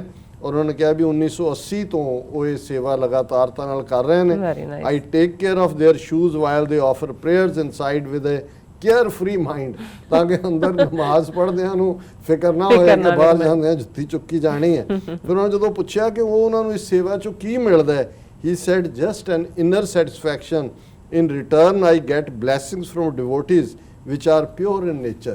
ਕਿ ਜਦੋਂ ਮੈਨੂੰ ਉਹ ਅਸੀਸ ਦਿੰਦੇ ਨੇ ਜਿਹੜੇ ਜਿਨ੍ਹਾਂ ਦੇ ਮੈਂ ਕਰਦਾ, ਇਹੀ ਮੈਨੂੰ ਬਹੁਤ ਖੁਸ਼ੀ ਦਿੰਦੀ ਹੈ। ਔਰ ਉਹਨਾਂ ਨੇ ਕਿਹਾ ਵੀ I hardly missed a single occasion here since the past 4 decade. ਮੈਂ 40 ਸਾਲਾਂ ਕੋਈ ਦਿਨ ਮੀਂਹ ਜਾਏ ਹਨੇਰੀ ਜਾਏ ਮੈਂ ਕਦੇ ਮਿਸ ਨਹੀਂ ਕੀਤਾ। If I am away to attend any social or domestic exigency, my son Baldev Singh does seva on my behalf at the mosque on Friday. ਫਿਰ ਮੈਂ ਆਪਣੇ ਬੱਚੇ ਦੀ ਡਿਊਟੀ ਲਾਈ ਹੋਈ ਹੈ। ਔਰ ਉਹਨਾਂ ਨੇ ਕਿਹਾ ਮੇਰੇ 2 ਬੱਚੇ ਨੇ, ਔਰ ਇਸ ਸਾਰੇ 'ਚ ਜਿਹੜਾ ਇੱਕ ਮਲੇਸ਼ੀਆ 'ਚ ਹੈ, ਔਰ ਜਿਹੜੇ ਇਮਾਮ ਨੇ ਜਾਮਾ ਮਸਜਿਦ ਦੇ ਮੌਲਾਨਾ ਹਾਮਿਦ ਹੁਸੈਨ, ਉਹਨਾਂ ਨੇ ਕਿਹਾ ਕਿ I have never seen any person with so much selfless devotion in my life. Imam of Jama Masjid Maulana Hamid Hussain sad ਕਿ ਮੈਂ ਆਪਣੀ ਜ਼ਿੰਦਗੀ 'ਚ ਇਹੋ ਜਿਹਾ ਸੈਲਫਲੈਸ ਨਿਸ਼ਕਾਮ ਜੀ। ਬਿਨਾਂ ਡਿਜ਼ਾਇਰ ਤੋਂ ਸੇਵਾ ਕਰਨ ਵਾਲਾ ਕੋਈ ਨਹੀਂ ਦੇਖਿਆ। ਬੇਸ਼ੱਕ ਸਾਡੇ ਕੋਲ ਮੈਸੇजेस ਵੀ ਨੇ ਫੇਸਬੁੱਕ ਤੇ। ਹੁਣ ਅਸੀਂ ਆਉਣ ਵਾਲੇ ਦਿਨਾਂ 'ਚ ਜਿਹੜਾ ਹੈ ਟਾਈਮ ਦੀ ਕਦਰ ਕਰਾਂਗੇ। ਟਾਈਮ ਦੀ ਕਦਰ ਕਰਾਂਗੇ। ਅੱਜ ਥੋੜਾ ਜਿਹਾ ਲੇਟ ਸਟਾਰਟ ਹੋਣ ਕਰਕੇ ਵਿੱਚੋਂ ਉਹਨੇ ਕਰ ਲਿਆ, ਪਰ ਬਾਬਾ ਫਰੀਦ ਗੰਜ ਸ਼ੱਕਰ ਜਿਨ੍ਹਾਂ ਦੀ ਰੂਹਾਨੀਅਤ ਦੇ ਨਗੇਟਸ ਆਫ ਸਪਿਰਿਚੁਅਲਿਟੀ, ਜਿਹੜੇ ਸਿਆਣਪ ਦੀਆਂ ਸੋਹਣ ਡਲੀਆਂ ਨੇ, ਉਹ ਅਸੀਂ ਰੋਜ਼ਾਨਾ ਉਹਨਾਂ ਨੂੰ ਤੇ ਵਿਚਾਰ ਕਰਦੇ। ਅੱਜ 2 ਸ਼ਲੋਕ ਬਾਬਾ ਫਰੀਦ ਜੀ ਦੇ ਅਸੀਂ ਚੁਣੇ ਨੇ, ਸ਼ਲੋਕ ਨੰਬਰ 47 ਔਰ 48, ਲਗਭਗ 130 ਸ਼ਲੋਕ ਬਾਬਾ ਫਰੀਦ ਜੀ ਦੇ ਔਰ 4 ਪੂਰੇ ਸ਼ਬਦ ਗੁਰੂ ਗ੍ਰੰਥ ਸਾਹਿਬ ਦੇ ਵਿੱਚ ਨੇ, ਜਿਹੜੇ ਸਾਡੀ ਇਟਰਨਲ ਜਾਗਤ ਜੋਤ ਗੁਰੂ ਨੇ। ਔਰ ਇਹ ਪਹਿਲਾ ਸ਼ਲੋਕ ਹੈ, ਫਰੀਦਾ ਖਿੰਜੜ ਮੇਖਾਂ ਅਗਲੀਆਂ, ਜਿੰਦ ਨ ਕਾਈ ਮੇਖ, ਵਾਰੀ ਆਪੋ ਆਪਣੀ, ਚਲੇ ਮਸਾਇਕ ਸ਼ੇਖ। ਇਹ ਜਿਹੜੇ ਰੂਹਾਨੀ ਇਨਸਾਨ ਹੁੰਦੇ ਨੇ, ਫਕੀਰ ਹੁੰਦੇ ਨੇ, ਇਹਨਾਂ ਦਾ ਗੱਲ ਕਹਿਣ ਦਾ ਅੰਦਾਜ਼, ਇਹ ਹਰ ਚੀਜ਼ ਚੋਂ ਸਬਕ ਦਿੰਦੇ ਨੇ, ਸਬਕ ਲੈਂਦੇ ਨੇ ਔਰ ਐਡਰੈਸ ਆਪਣੇ ਆਪ ਨੂੰ ਕਰਦੇ ਨੇ। ਜਦੋਂ ਸ਼ੁਰੂਆਤ ਹੀ ਫਰੀਦਾ ਨਾਲ ਹੁੰਦੀ ਹੈ ਤਾਂ ਆਪਣੇ ਆਪ ਨੂੰ ਕਹਿ ਰਹੇ ਨੇ ਕਿ ਫਰੀਦਾ ਗਿੰਜੜ ਮੇਖਾ ਅਗਲੀਆਂ, ਕਿ ਤੂੰ ਜਿਹੜੀ ਗੋਦੜੀ ਪਾਈ ਹੋਈ ਹੈ ਇਸ ਦੇ ਵਿੱਚ ਵਾਧੂ ਟਾਕੀਆਂ ਲੱਗੀਆਂ ਹੋਈਆਂ ਨੇ। ਇਹ ਵੀ ਜਦੋਂ ਤੁਸੀਂ ਫਕੀਰੀ ਦਾ, ਇਹ ਨਹੀਂ ਹੈ ਇੱਥੇ ਤਾਂ ਹੁਣ ਬਹੁਤ ਸਾਰੇ ਸਾਡੇ ਬਾਬੇ ਫੈਂਸੀ ਡਰੈਸ ਪਾਏ ਹੁੰਦੇ ਨੇ ਉਹਨਾਂ ਨੇ, ਔਰ ਵੱਡੀਆਂ ਵੱਡੀਆਂ ਕਾਰਾਂ, ਔਰ ਕਿਸ ਕਿਸਮ ਦਾ ਫਰਾਡ ਹੈ ਇਹ ਸੱਚਮੁੱਚ, ਕਿਉਂਕਿ ਉਹਨਾਂ ਦਾ ਦੁਨਿਆਵੀ ਕਿਸੇ ਚੀਜ਼ ਦੇ ਨਾਲ, ਉਹ ਕੋਈ ਕੱਪੜਿਆਂ ਦੇ ਉਹਨਾਂ ਨੇ ਉਹ ਨਹੀਂ ਸੀ ਬਣਾਏ ਹੁੰਦੇ, ਵਾਰਡਰੋਬ ਨਹੀਂ ਸੀ ਹੁੰਦੀ ਜਿਵੇਂ ਅੱਜ ਦੇ ਬਾਬਿਆਂ ਦੀ ਹੈ ਕਿ ਵੀ ਕਿੱਥੇ ਨਿਕਲਣ ਲੱਗੇ ਕਿਹੜਾ ਚੋਲਾ ਪਾਣਾ ਹੈ, ਕਿਹੜਾ ਕਿਹਦੇ ਨਾਲ ਕੀ ਲੱਗਾ ਹੋਇਆ, ਸੋਨੇ ਦੇ ਬਟਨਾਂ ਵਾਲੇ ਚੋਲੇ ਵੀ ਨੇ। ਇਹ ਉਹ ਸੀ ਜਿਹੜੇ ਆਮ ਲੋਕਾਂ ਦੇ ਪਿਆਰ ਦੇ ਵਿੱਚ ਰਹਿੰਦੇ ਆ, ਬਿਲਕੁਲ ਗੁਰਬਤ ਦੀ ਜ਼ਿੰਦਗੀ ਜਿਉਂਦੇ ਸੀ। ਔਰ ਜੋ ਹੈ ਉਹ ਵੀ ਉਹਨਾਂ ਨੇ ਸੂਈ ਧਾਗੇ ਨਾਲ ਟਾਕੀਆਂ ਲਾ ਲਾ ਕੇ ਜੇ ਫਟ ਜਾਏ ਤੇ ਉਹਨੂੰ ਪਾ ਲੈਣਾ। ਉਹਨਾਂ ਕਹੇ, ਉਹ ਬਾਬਾ ਫਰੀਦ ਕਹਿੰਦੇ ਨੇ ਕਿ ਦੇਖੋ ਮੇਰੀ ਜਿਹੜੀ ਇਹ ਮੈਂ ਜੋ ਪਾਇਆ ਲਿਬਾਸ ਮੇਰਾ ਇਹ ਦਰਵੇਸ਼ੀ ਦਾ, ਇਸ ਦੇ ਉੱਤੇ ਬਹੁਤ ਸਾਰੀਆਂ ਟਾਕੀਆਂ ਲੱਗੀਆਂ ਹੋਈਆਂ ਨੇ, ਅਗਲੀਆਂ ਬਹੁਤ ਵਾਧੂ ਮੇਖਾਂ ਟਾਕੀਆਂ। ਪਰ ਇਹ ਜਿਹੜੀ ਜਿੰਦ ਹੈ, ਜਿਹੜੀ ਜ਼ਿੰਦਗੀ ਹੈ, ਵੀ ਇਹ ਤਾਂ ਟਾਕੀ ਇੱਕ ਦੂਜੇ ਤੋਂ ਅੱਡ ਨਹੀਂ ਹੋਏਗੀ ਕਿਉਂਕਿ ਮੈਂ ਸੀਤੀ ਹੋਈ ਹੈ, ਪਰ ਜਿਹੜੀ ਮੇਰੀ ਜਿੰਦ, ਮੇਰੀ ਰੂਹ ਮੇਰੇ ਵਜੂਦ 'ਚ ਪਈ ਹੈ, ਇਹਨੂੰ ਤਾਂ ਕੋਈ ਟਾਕੀ ਨਹੀਂ ਲੱਗੀ ਹੋਈ। ਹੁਣ ਟਾਕੀ ਜਿਹੜੀ ਹੈ ਉਹ ਅੱਡ ਨਹੀਂ ਹੋਣ ਦਿੰਦੀ, ਉਸੀ ਸੀਤੀਆਂ ਹੁੰਦੀਆਂ ਨੇ। ਹਾਲਾਂ ਜਿਵੇਂ ਸ਼ਿਵ ਬਟਾਲਵੀ ਦਾ ਇਹ ਕਹਿਣਾ ਹੈ ਇਸ ਦੇ ਉੱਤੇ ਕਿ ਸਿਉਣ ਨੂੰ ਤਾਂ ਲੱਖ ਵਾਰੀ ਸੀਤੀਆਂ ਵੀ ਜਾਂਦੀਆਂ ਨੇ, ਨਾ ਪਰ ਲੀਰਾ ਰਹਿੰਦਾ ਸਿਉਂ ਕੇ ਵੀ ਲੀਰਾਂ ਦਾ। ਅਸੀਂ ਕਹਿੰਦੇ ਨਾ ਉਹਨੇ ਲੀਰਾਂ ਪਾਈਆਂ, ਪਰ ਲੀਰਾਂ ਵੀ ਤਾਂ ਵੱਜੀਆਂ ਹੋਈਆਂ ਨੇ। ਬਾਬਾ ਫਰੀਦ ਕਹਿੰਦੇ ਨੇ ਵੀ ਇੰਨੀਆਂ ਟਾਕੀਆਂ ਮੇਖਾਂ ਨੇ ਜਿਨ੍ਹਾਂ ਨੇ ਬੰਨਿਆ ਹੋਇਆ, ਪਰ ਜਿੰਦ ਨਾ ਕਾਈ ਮੇਖ, ਜਿੰਦ ਦੇ ਉੱਤੇ ਤਾਂ ਕੋਈ ਟਾਕੀ ਵੀ ਨਹੀਂ, ਉਹਨੂੰ ਰੋਕਣਾ ਕਿਨੇ ਜਦੋਂ ਜਾਣ ਦਾ ਵੇੜਾ ਆਇਆ। ਵਾਰੀ ਆਪੋ ਆਪਣੀ, ਚਲੇ ਮਸਾਇਕ ਸ਼ੇਖ। ਮਸਾਇਕ ਸ਼ੇਖ ਦਾ ਪਲੂਰਲ ਹੈ ਕਿ ਇੱਕ ਸ਼ੇਖ ਮਤਲਬ ਬਹੁਤ ਜਿਹੜੇ ਮਜ਼ਹਬੀ ਲੋਕ ਵੀ ਨੇ ਵੱਡੇ, ਉਹ ਵੀ ਵਾਰੋ ਵਾਰੀ ਤੁਰੇ ਜਾਂਦੇ ਨੇ, ਕੋਈ ਉਹਨਾਂ ਨੂੰ ਡੱਕਣ ਵਾਲਾ ਨਹੀਂ। ਟਾਕੀ ਘੱਟੋ ਘੱਟ ਰੋਕ ਤਾਂ ਦਿੰਦੀ ਹੈ ਉਹਨੂੰ ਫਟੇ ਹੋਏ ਚੋਲੇ ਨੂੰ। ਔਰ ਦੂਸਰਾ ਸ਼ਲੋਕ ਵੀ ਇਸੇ ਗੱਲ ਵੱਲ ਇਸ਼ਾਰਾ ਕਰਦਾ ਹੈ ਕਿ ਜਦੋਂ ਮੌਤ ਦਾ ਮਲਕੁਲ ਮੌਤ ਆਉਂਦਾ ਹੈ ਤੇ ਕਿਵੇਂ ਜਿੰਦ ਨੂੰ ਕੱਢ ਕੇ ਲੈ ਜਾਂਦਾ ਹੈ ਔਰ ਕੋਈ ਪੇਸ਼ ਨਹੀਂ ਜਾਂਦੀ। ਫਰੀਦਾ ਦੋਹੋਂ ਦੀਵੀ ਬਲੰਦਿਆਂ, ਮਲਕ ਬੈਠਾ ਆਏ, ਗੜ ਲੀਤਾ ਘਟ ਲੁੱਟਿਆ, ਦੀਵੜੇ ਗਿਆ ਬੁਝਾਏ। ਹੁਣ ਦੀਵੜੇ ਨੇ 2 ਅੱਖਾਂ, ਹੁਣ ਜ਼ਾਹਰ ਹੈ ਦੀਵਾ ਰੋਸ਼ਨੀ ਦਾ ਪ੍ਰਤੀਕ ਹੈ, ਨੂਰ ਦਾ ਪ੍ਰਤੀਕ ਹੈ, ਅੱਖਾਂ 'ਚ ਵੀ ਰੋਸ਼ਨੀ ਹੈ। ਔਰ ਰੋਸ਼ਨੀ ਇਸ ਲਈ ਹੈ ਅੱਖਾਂ ਖੁੱਲੀਆਂ ਵੀ ਹੋਣ, ਜੇ ਦਿਮਾਗ ਦੇ ਪਿੱਛੋਂ ਨਾ ਆ ਰਹੀ ਹੋਏ ਰੋਸ਼ਨੀ ਤੇ ਤੁਹਾਨੂੰ ਨਜ਼ਰ ਵੀ ਕੁਛ ਨਹੀਂ ਆਉਂਦਾ। ਪਰ ਇੱਧਰ ਬਾਬਾ ਫਰੀਦ ਬੜੇ ਪਿਆਰੇ ਅੰਦਾਜ਼ 'ਚ ਕਹਿੰਦੇ ਨੇ, ਮਲਕ ਜਦੋਂ ਕਹਿੰਦੇ ਨੇ ਤਾਂ ਮਲਕੁਲ ਮੌਤ, ਮੌਤ ਦਾ ਫਰਿਸ਼ਤਾ, ਮੌਤ ਦਾ ਦੇਵਤਾ। ਅਜ਼ਰਾਇਲ ਵੀ ਉਹਨੂੰ ਕਹਿੰਦੇ ਨੇ, ਮਲਕੁਲ ਮੌਤ ਵੀ ਹੈ। ਸਾਡੇ ਈਸ ਦੀ ਪਰੰਪਰਾ 'ਚ ਜਮਰਾਜ ਹੈ ਮੌਤ ਦਾ ਦੇਵਤਾ, ਕਿ ਭਾਈ ਉਹ ਜਿਹੜੇ ਜਮਦੂਤ ਉਹ ਆ ਕੇ ਲੈ ਜਾਂਦੇ ਨੇ। ਸੋ ਬਾਬਾ ਫਰੀਦ ਕਹਿੰਦੇ ਨੇ, ਫਰੀਦਾ ਦੋਹੋਂ ਦੀਵੀ ਬਲੰਦਿਆਂ, ਮਲਕ ਬੈਠਾ ਆਏ। ਕਿ ਅਜੇ ਤਾਂ ਮੇਰੀਆਂ ਅੱਖਾਂ ਦੋਨੋਂ ਖੁੱਲੀਆਂ ਹੀ ਸੀ, ਕੋਈ ਮੈਂ ਅੰਨਾ ਨਹੀਂ ਸੀ ਹੋਇਆ ਤੇ ਮੌਤ ਦਾ ਦੇਵਤਾ ਆ ਕੇ ਬੈਠ ਗਿਆ। ਗੜ ਲੀਤਾ ਘਟ ਲੁੱਟਿਆ, ਕਿ ਉਹਨੇ ਮੇਰਾ ਜਿਹੜਾ ਸਰੀਰ ਰੂਪੀ ਕਿਲ੍ਹਾ ਹੈ ਉਹ ਖੋਹ ਲਿਆ। ਜੀ ਗੜ ਕਿਲ੍ਹੇ ਨੂੰ ਕਹਿੰਦੇ ਨੇ, ਔਰ ਘਟ ਕਹਿੰਦੇ ਨੇ ਦਿਲ ਨੂੰ। ਉਹਨੇ ਕੀ ਕੀਤਾ? ਮੌਤ ਦੇ ਮਲਕੁਲ ਮੌਤ ਨੇ ਗੜ ਲੀਤਾ ਘਟ ਲੁੱਟਿਆ, ਉਹਨੇ ਸਰੀਰ ਤੇ ਕਬਜ਼ਾ ਕੀਤਾ, ਦਿਲ ਨੂੰ ਕੱਢ ਕੇ ਬਾਹਰ ਮਾਰੇ, ਦੀਵੜੇ ਗਿਆ ਬੁਝਾਏ। ਤੇ ਜਿਹੜੀਆਂ ਅੱਖਾਂ ਨੇ ਉਹ ਵੀ ਨਾਲ ਹੀ ਬੰਦ ਹੋ ਗਈਆਂ, ਕਿਉਂਕਿ ਸਰੀਰ ਲੁੱਟਿਆ ਗਿਆ ਔਰ ਦਿਲ ਜਿਹੜਾ ਹੈ ਉਹ ਉਹਦੇ ਤੇ ਉਹਨੇ ਕਬਜ਼ਾ ਕਰ ਲਿਆ। ਸੋ ਇਹ ਯਾਦ ਦਹਾਨੀ ਹੈ। ਹੁਣ ਤੁਸੀਂ ਦੋਨੋਂ ਇਹਨਾਂ ਸ਼ਲੋਕਾਂ ਨੂੰ ਦੇਖੋਗੇ ਤੇ ਇਹ ਉਸ ਮੁਹੱਬਤ ਦੇ ਨਾਲ ਗੱਲ ਸਮਝਾਈ ਹੈ ਕਿ ਇਹ ਜੇ ਅੱਜ ਅੱਖਾਂ ਜਿਹੜੀਆਂ ਨੇ ਇਹਨਾਂ 'ਚ ਨੂਰ ਹੈ, ਰੌਸ਼ਨੀ ਹੈ, ਸ਼ਾਇਦ ਅਗਲੇ ਪਲ ਨਾ ਹੋਏ। ਔਰ ਇਹੀ ਸਬਕ ਜਦੋਂ ਅਸੀਂ ਗੁਰੂ ਗ੍ਰੰਥ ਸਾਹਿਬ ਦੀ ਬਾਣੀ ਪੜ੍ਹਦੇ ਹਾਂ ਤੇ ਗੁਰੂ ਸਾਹਿਬ ਨੇ ਫਰਮਾਇਆ, ਹਰ ਜਪੰਦਿਆਂ ਖਿਨ ਢਿੱਲ ਨਾ ਕੀਚਈ ਮੇਰੀ ਜਿੰਦੜੀਏ, ਮਤ ਕੇ ਜਾਪੈ ਸੋ ਆਵੇ ਕੇ ਨਾ ਆਵੇ ਰਾਮ। ਕਿ ਇੱਕ ਛਿਨ ਵੀ, ਇੱਕ ਪਲ ਵੀ, ਇੱਕ ਪਲਖ ਅੱਖ ਦੀ ਆਈਲਿਡ ਚਮਕਣ ਜਿੰਨਾ ਵੀ ਵਕਤ ਜ਼ਾਇਆ ਨਾ ਕਰੋ। ਹਰ ਜਪੰਦਿਆਂ ਖਿਨ ਢਿੱਲ ਨਾ ਕੀਚਈ ਮੇਰੀ ਜਿੰਦੜੀਏ, ਮਤ ਕੇ ਜਾਪੈ ਸੋ ਆਵੇ ਕੇ ਨਾ ਆਵੇ ਰਾਮ। ਪਤਾ ਨਹੀਂ ਅਗਲਾ ਸਾਹ ਆਉਣਾ ਵੀ ਹੈ ਕਿ ਨਹੀਂ ਆਉਣਾ। ਔਰ ਅਸੀਂ ਆਪਣੇ ਦਰਸ਼ਕਾਂ ਨੂੰ ਜਿਨ੍ਹਾਂ ਨੇ ਇਹ ਸਾਰੇ 3.5 ਮਹੀਨੇ ਦੇ ਪੀਰੀਅਡ ਸਾਡੇ ਲਈ ਦੁਆਵਾਂ ਕੀਤੀਆਂ, ਸਕਾਈਪ ਰਾਹੀਂ ਸਾਥ ਦਿੱਤਾ ਹੈ, ਔਰ ਜਿਨ੍ਹਾਂ ਨੇ ਹੌਸਲਾ ਦਿੱਤਾ ਹੈ। ਕਈਆਂ ਨੇ ਇਹ ਵੀ ਕਿਹਾ ਜੀ ਮਜ਼ਾ ਨਹੀਂ ਆਉਂਦਾ ਆਮੋ ਸਾਹਮਣੇ ਬੈਠ ਕੇ ਪ੍ਰੋਗਰਾਮ ਕਰਾਂ। ਅਸੀਂ ਆ ਗਏ ਹਾਂ ਜੀ ਤੁਹਾਡੇ ਕਚਹਿਰੀ ਵਿੱਚ, ਦਰਬਾਰ ਚ।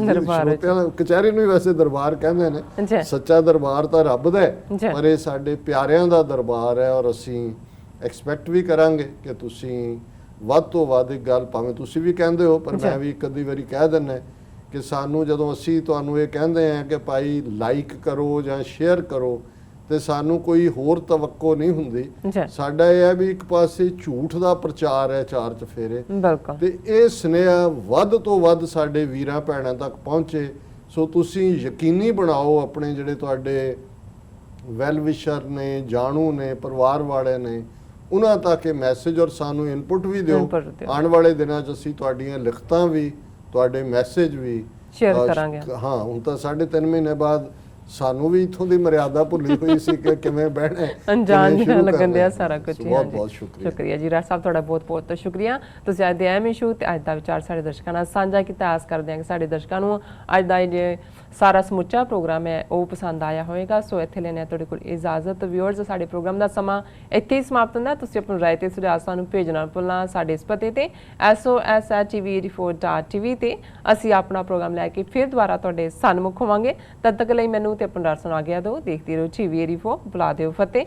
ਵਾਹਿਗੁਰੂ ਜੀ ਕਾ ਖਾਲਸਾ, ਵਾਹਿਗੁਰੂ ਜੀ ਕੀ ਫਤਿਹ।